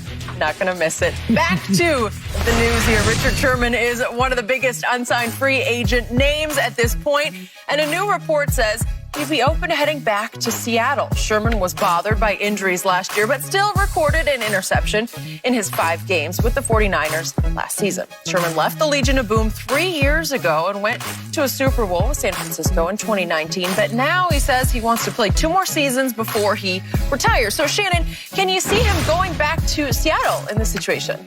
I don't, Skip, because I don't think that the relationship ended on a good note. It did not. And so I don't see a reuniting happening.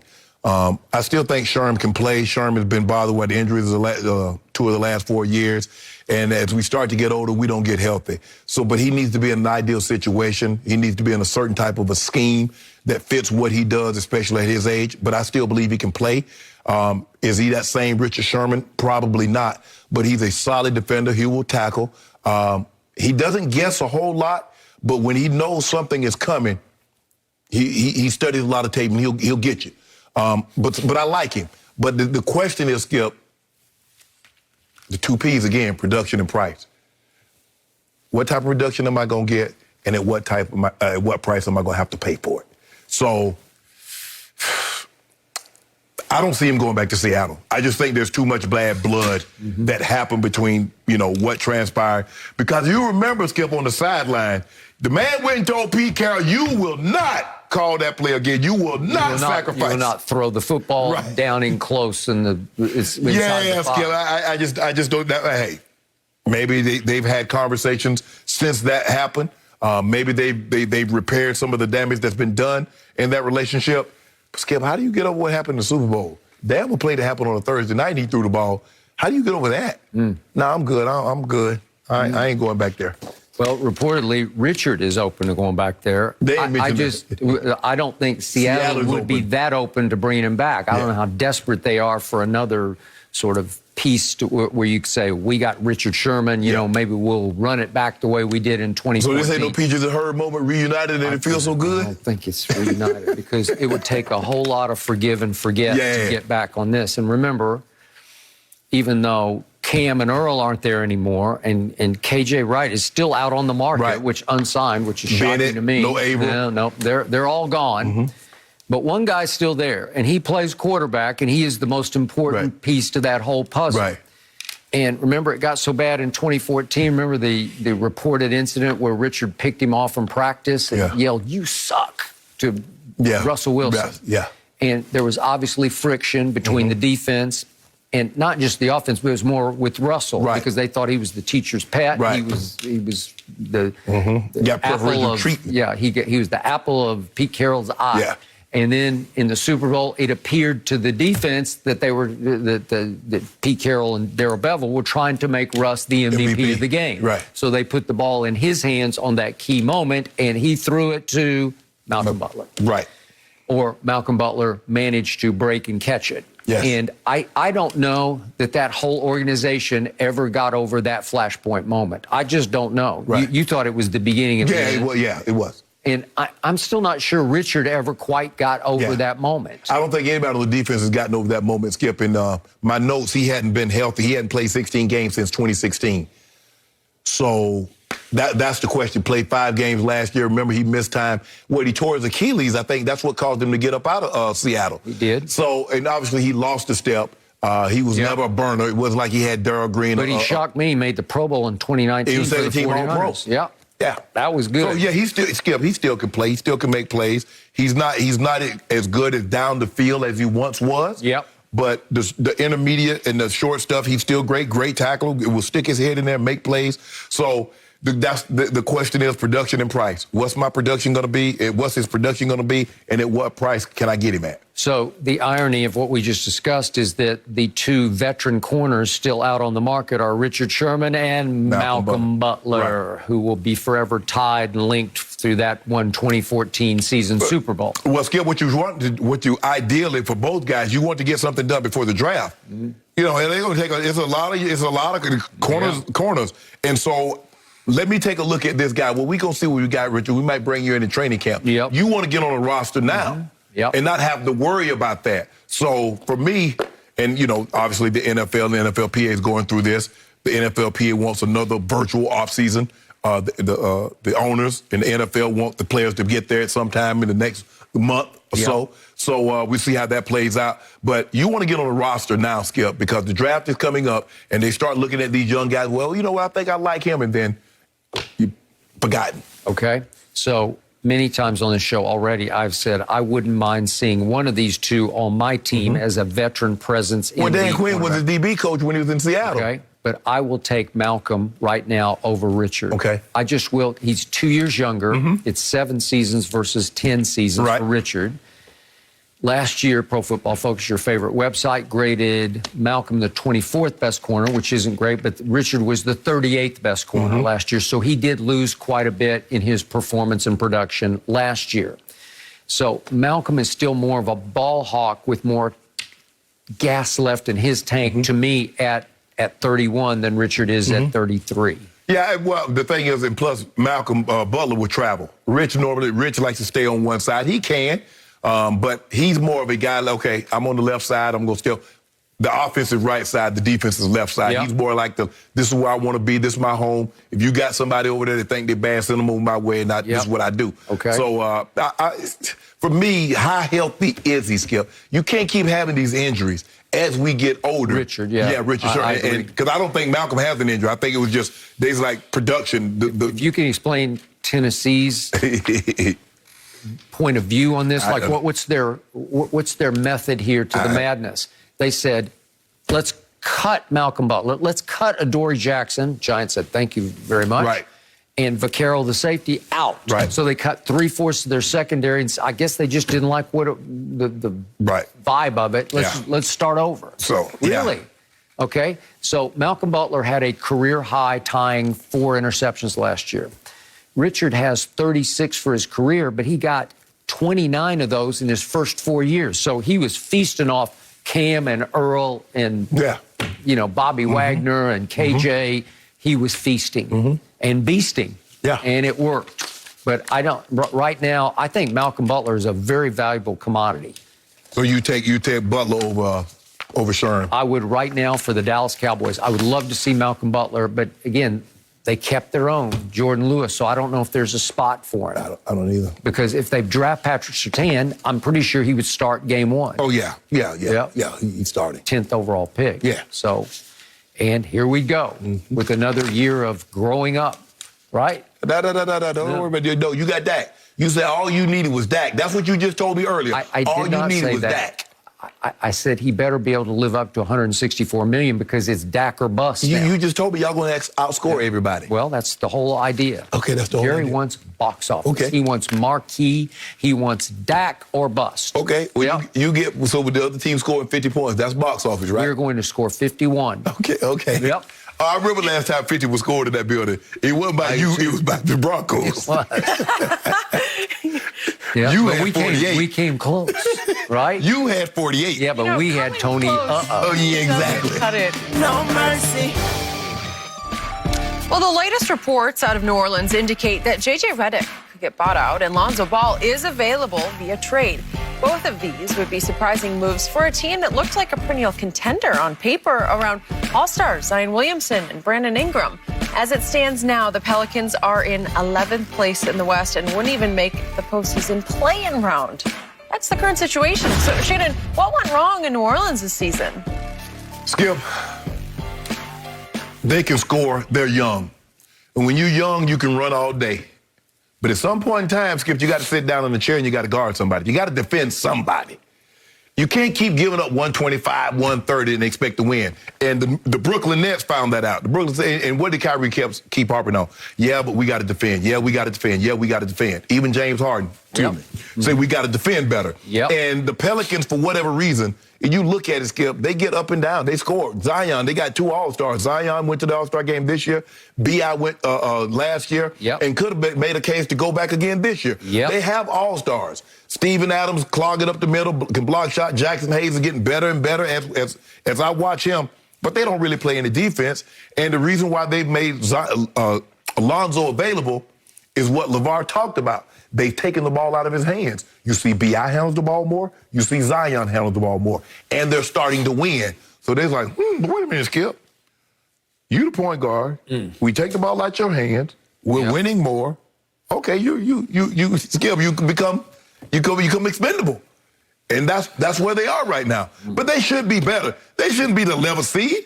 They should be 5th or the 6th seed at worst. So I am surprised that they have this bad of a record, but it comes down to one thing. They don't defend. And your 2 best guys have no interest in defending. Zion and B.I., they play no defense. Josh Hart will get after you. He will. Bledsoe will get after you. Lonzo plays defense. But the other guy, the 2 best players, they don't play any defense. Steven Adams will protect the rim. Jackson Hayes can block shots. But that's the thing that I see that's happening to the Pelicans.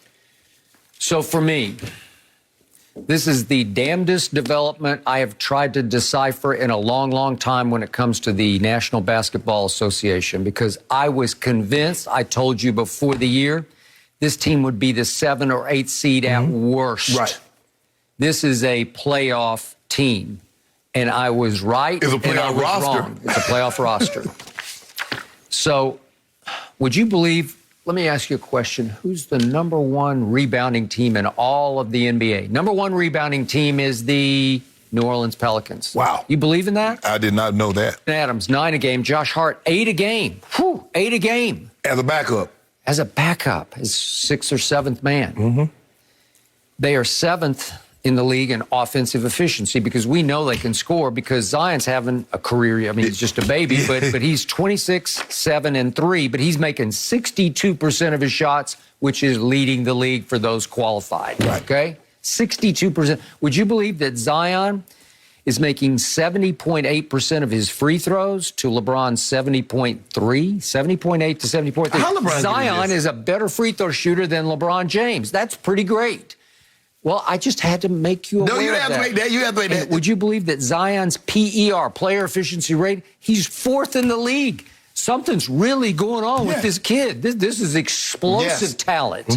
And we know B.I. made the All-Star team 2 years ago, but he's 24, 5, and 5. That's a career-high 5 assists. That's pretty good, right? That's star quality.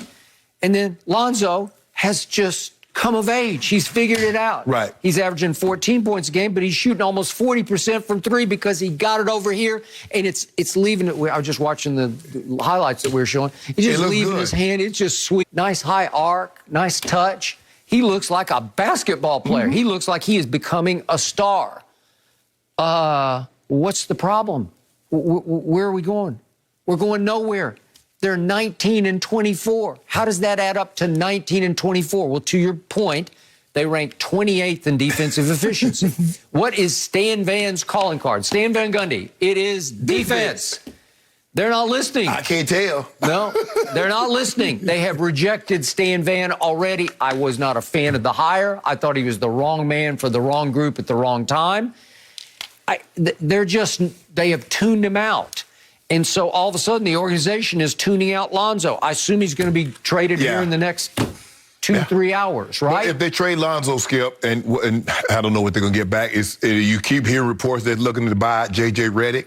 They are. No, I mean, they are done with J.J. Redick. I'm pretty sure.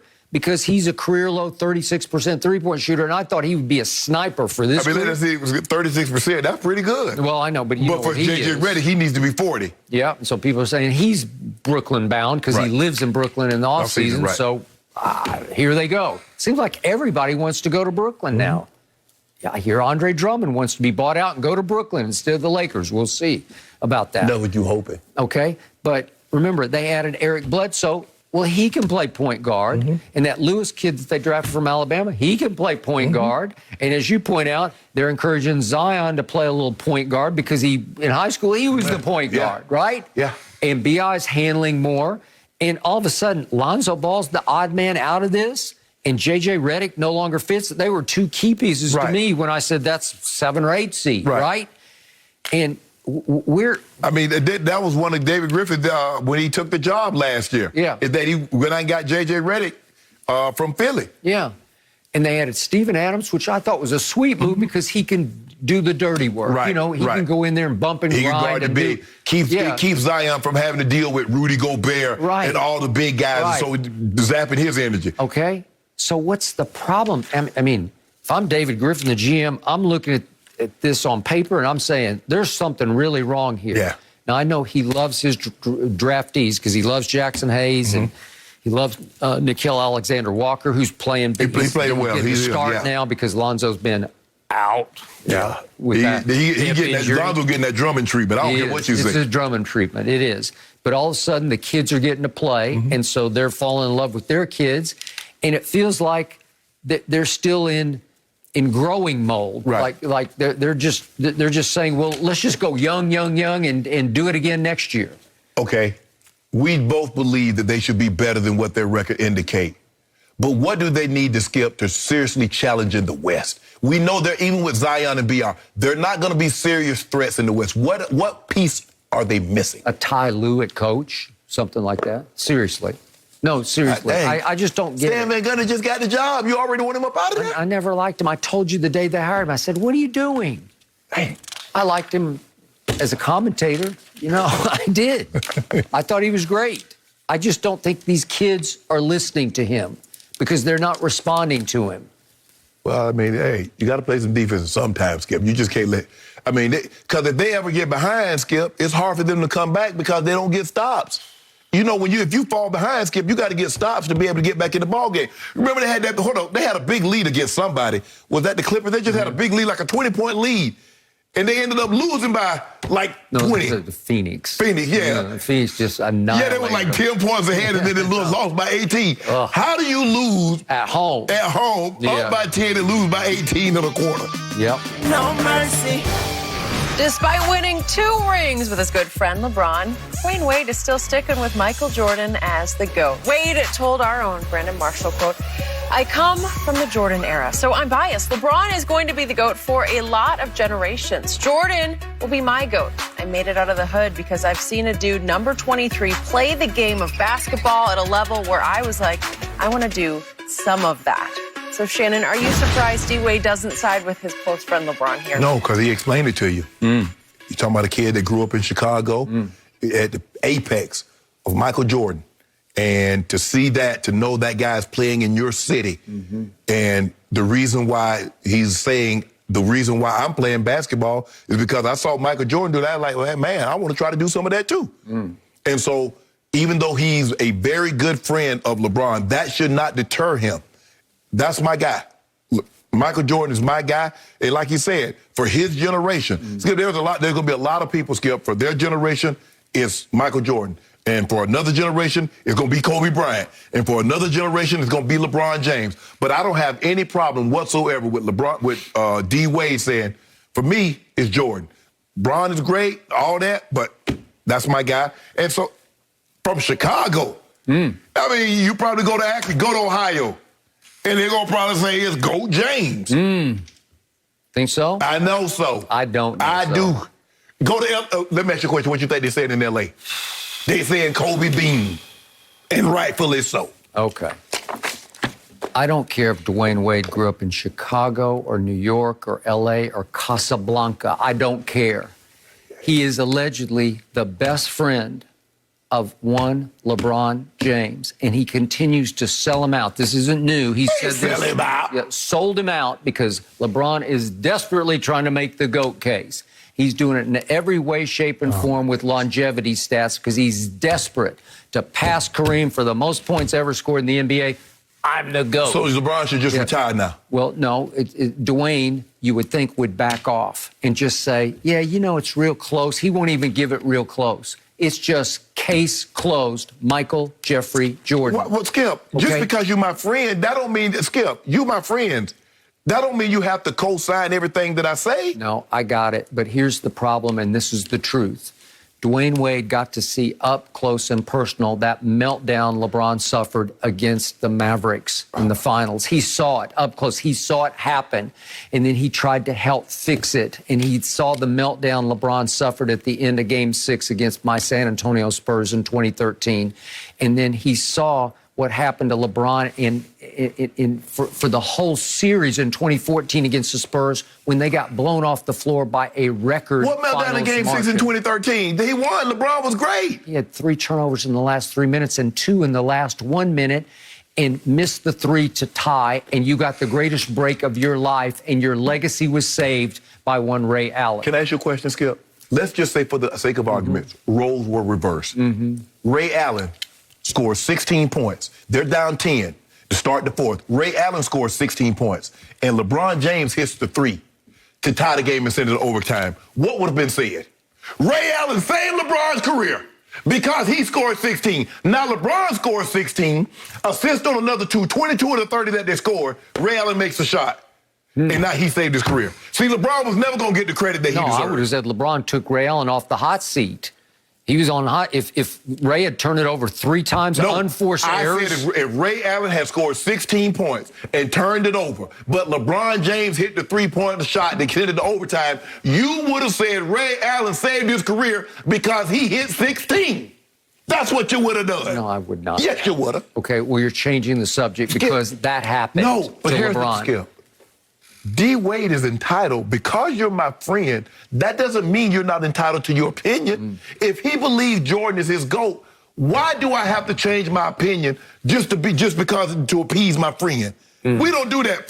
Not the friends I know. I have often wondered if that friendship got a little bit damaged at its core because all of a sudden, in a shock of shocks, LeBron left after 2014 and left them high and dry because Dwyane said, I didn't find out until we were on the plane ride. Remember, we were on a private plane, and LeBron dropped the bombshell, I'm going home. Yeah. Hold on.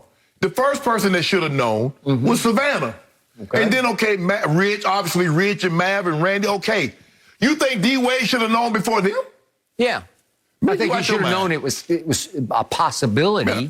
So let me ask you a question. When D. Wade makes a decision now, you think LeBron knows before Gabrielle or before his mom? I don't know how close they still are. I don't know. No! You ain't telling somebody something before you tell Ernestine. Stop that. But who was his partner on the Heat? Who was depending on him? I ain't gonna listen. When I get a wife, I ain't gonna have no partner closer than my wife. Okay, well, you know what happened. That LeBron finally decided Dwyane just can't hack it anymore. Okay. His knees don't work enough anymore, I'm out. And Dwyane Wade, D. Wade would have done the same thing. If LeBron wasn't going to be able to play at that level that he needed to, D. Wade would have been right to do the exact same thing. I have no problem whatsoever with Michael Jordan being D. Wade's GOAT. But he ain't my GOAT. You know where my GOAT from. My GOAT from a farm up in Akron, Ohio. Yeah. They make tires and they make goats. Dwyane Wade is as smart a basketball player as I've ever known, and he says it's Jordan. I know what you're trying to do. The case is closed. It's over. I know what you're trying to do. You ain't gonna do it. You're not gonna do it. It's okay. You're not gonna do it. I loved his quote. You trying to come between D. Wade and LeBron, and they have to. No mercy. Well, guys, Lou Williams hit a milestone when he scored his 15,000th career point in the Clippers win over the Spurs last night. And afterward, he called it a, quote, blessing and continued, everybody has dreams of being a superstar guy in this league, and we all feel like we can do things. So for me to have 15,000 points off the bench, yeah, I'm incredibly honored. So, Shannon, is he the best sixth man ever? Well, Skip, I mean, you're going to have to keep it modern time because John Havlicek, who created the position, is the greatest. 8 championships, 4 first-team All-NBA Skip, 5 first-team All-Defensive NBA teams. So he'd have to be the GOAT. But of the modern players, Skip, did Manu Ginobili play? Was he a 6th man? Yes.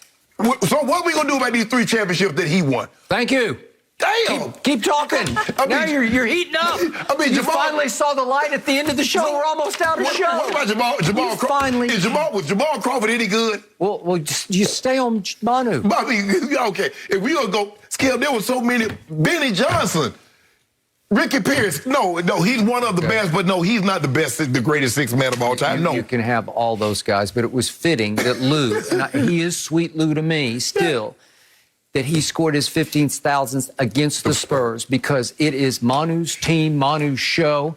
He was the GOAT of 6 men. If you add on Manu's playoff points onto what he scored, he's 17,097 to lose 15,870 if you include his playoff points. So Manu just blew them all out of the water in the postseason when he hit so many big shots. Right. He is even more clutch than Sweet Lou has been for the Clippers. Yeah, and Havlicek won the Finals MVP, and he's a 13-time All-Star. How you get that off the bench, Skip? You're changing the subject. Stay on Manu. Okay. You were hot for a Skip, second, all and then you lost I it. just said Sweet Lou wasn't the greatest. Just heating up, and we are out of time. Maybe we'll hit it again tomorrow.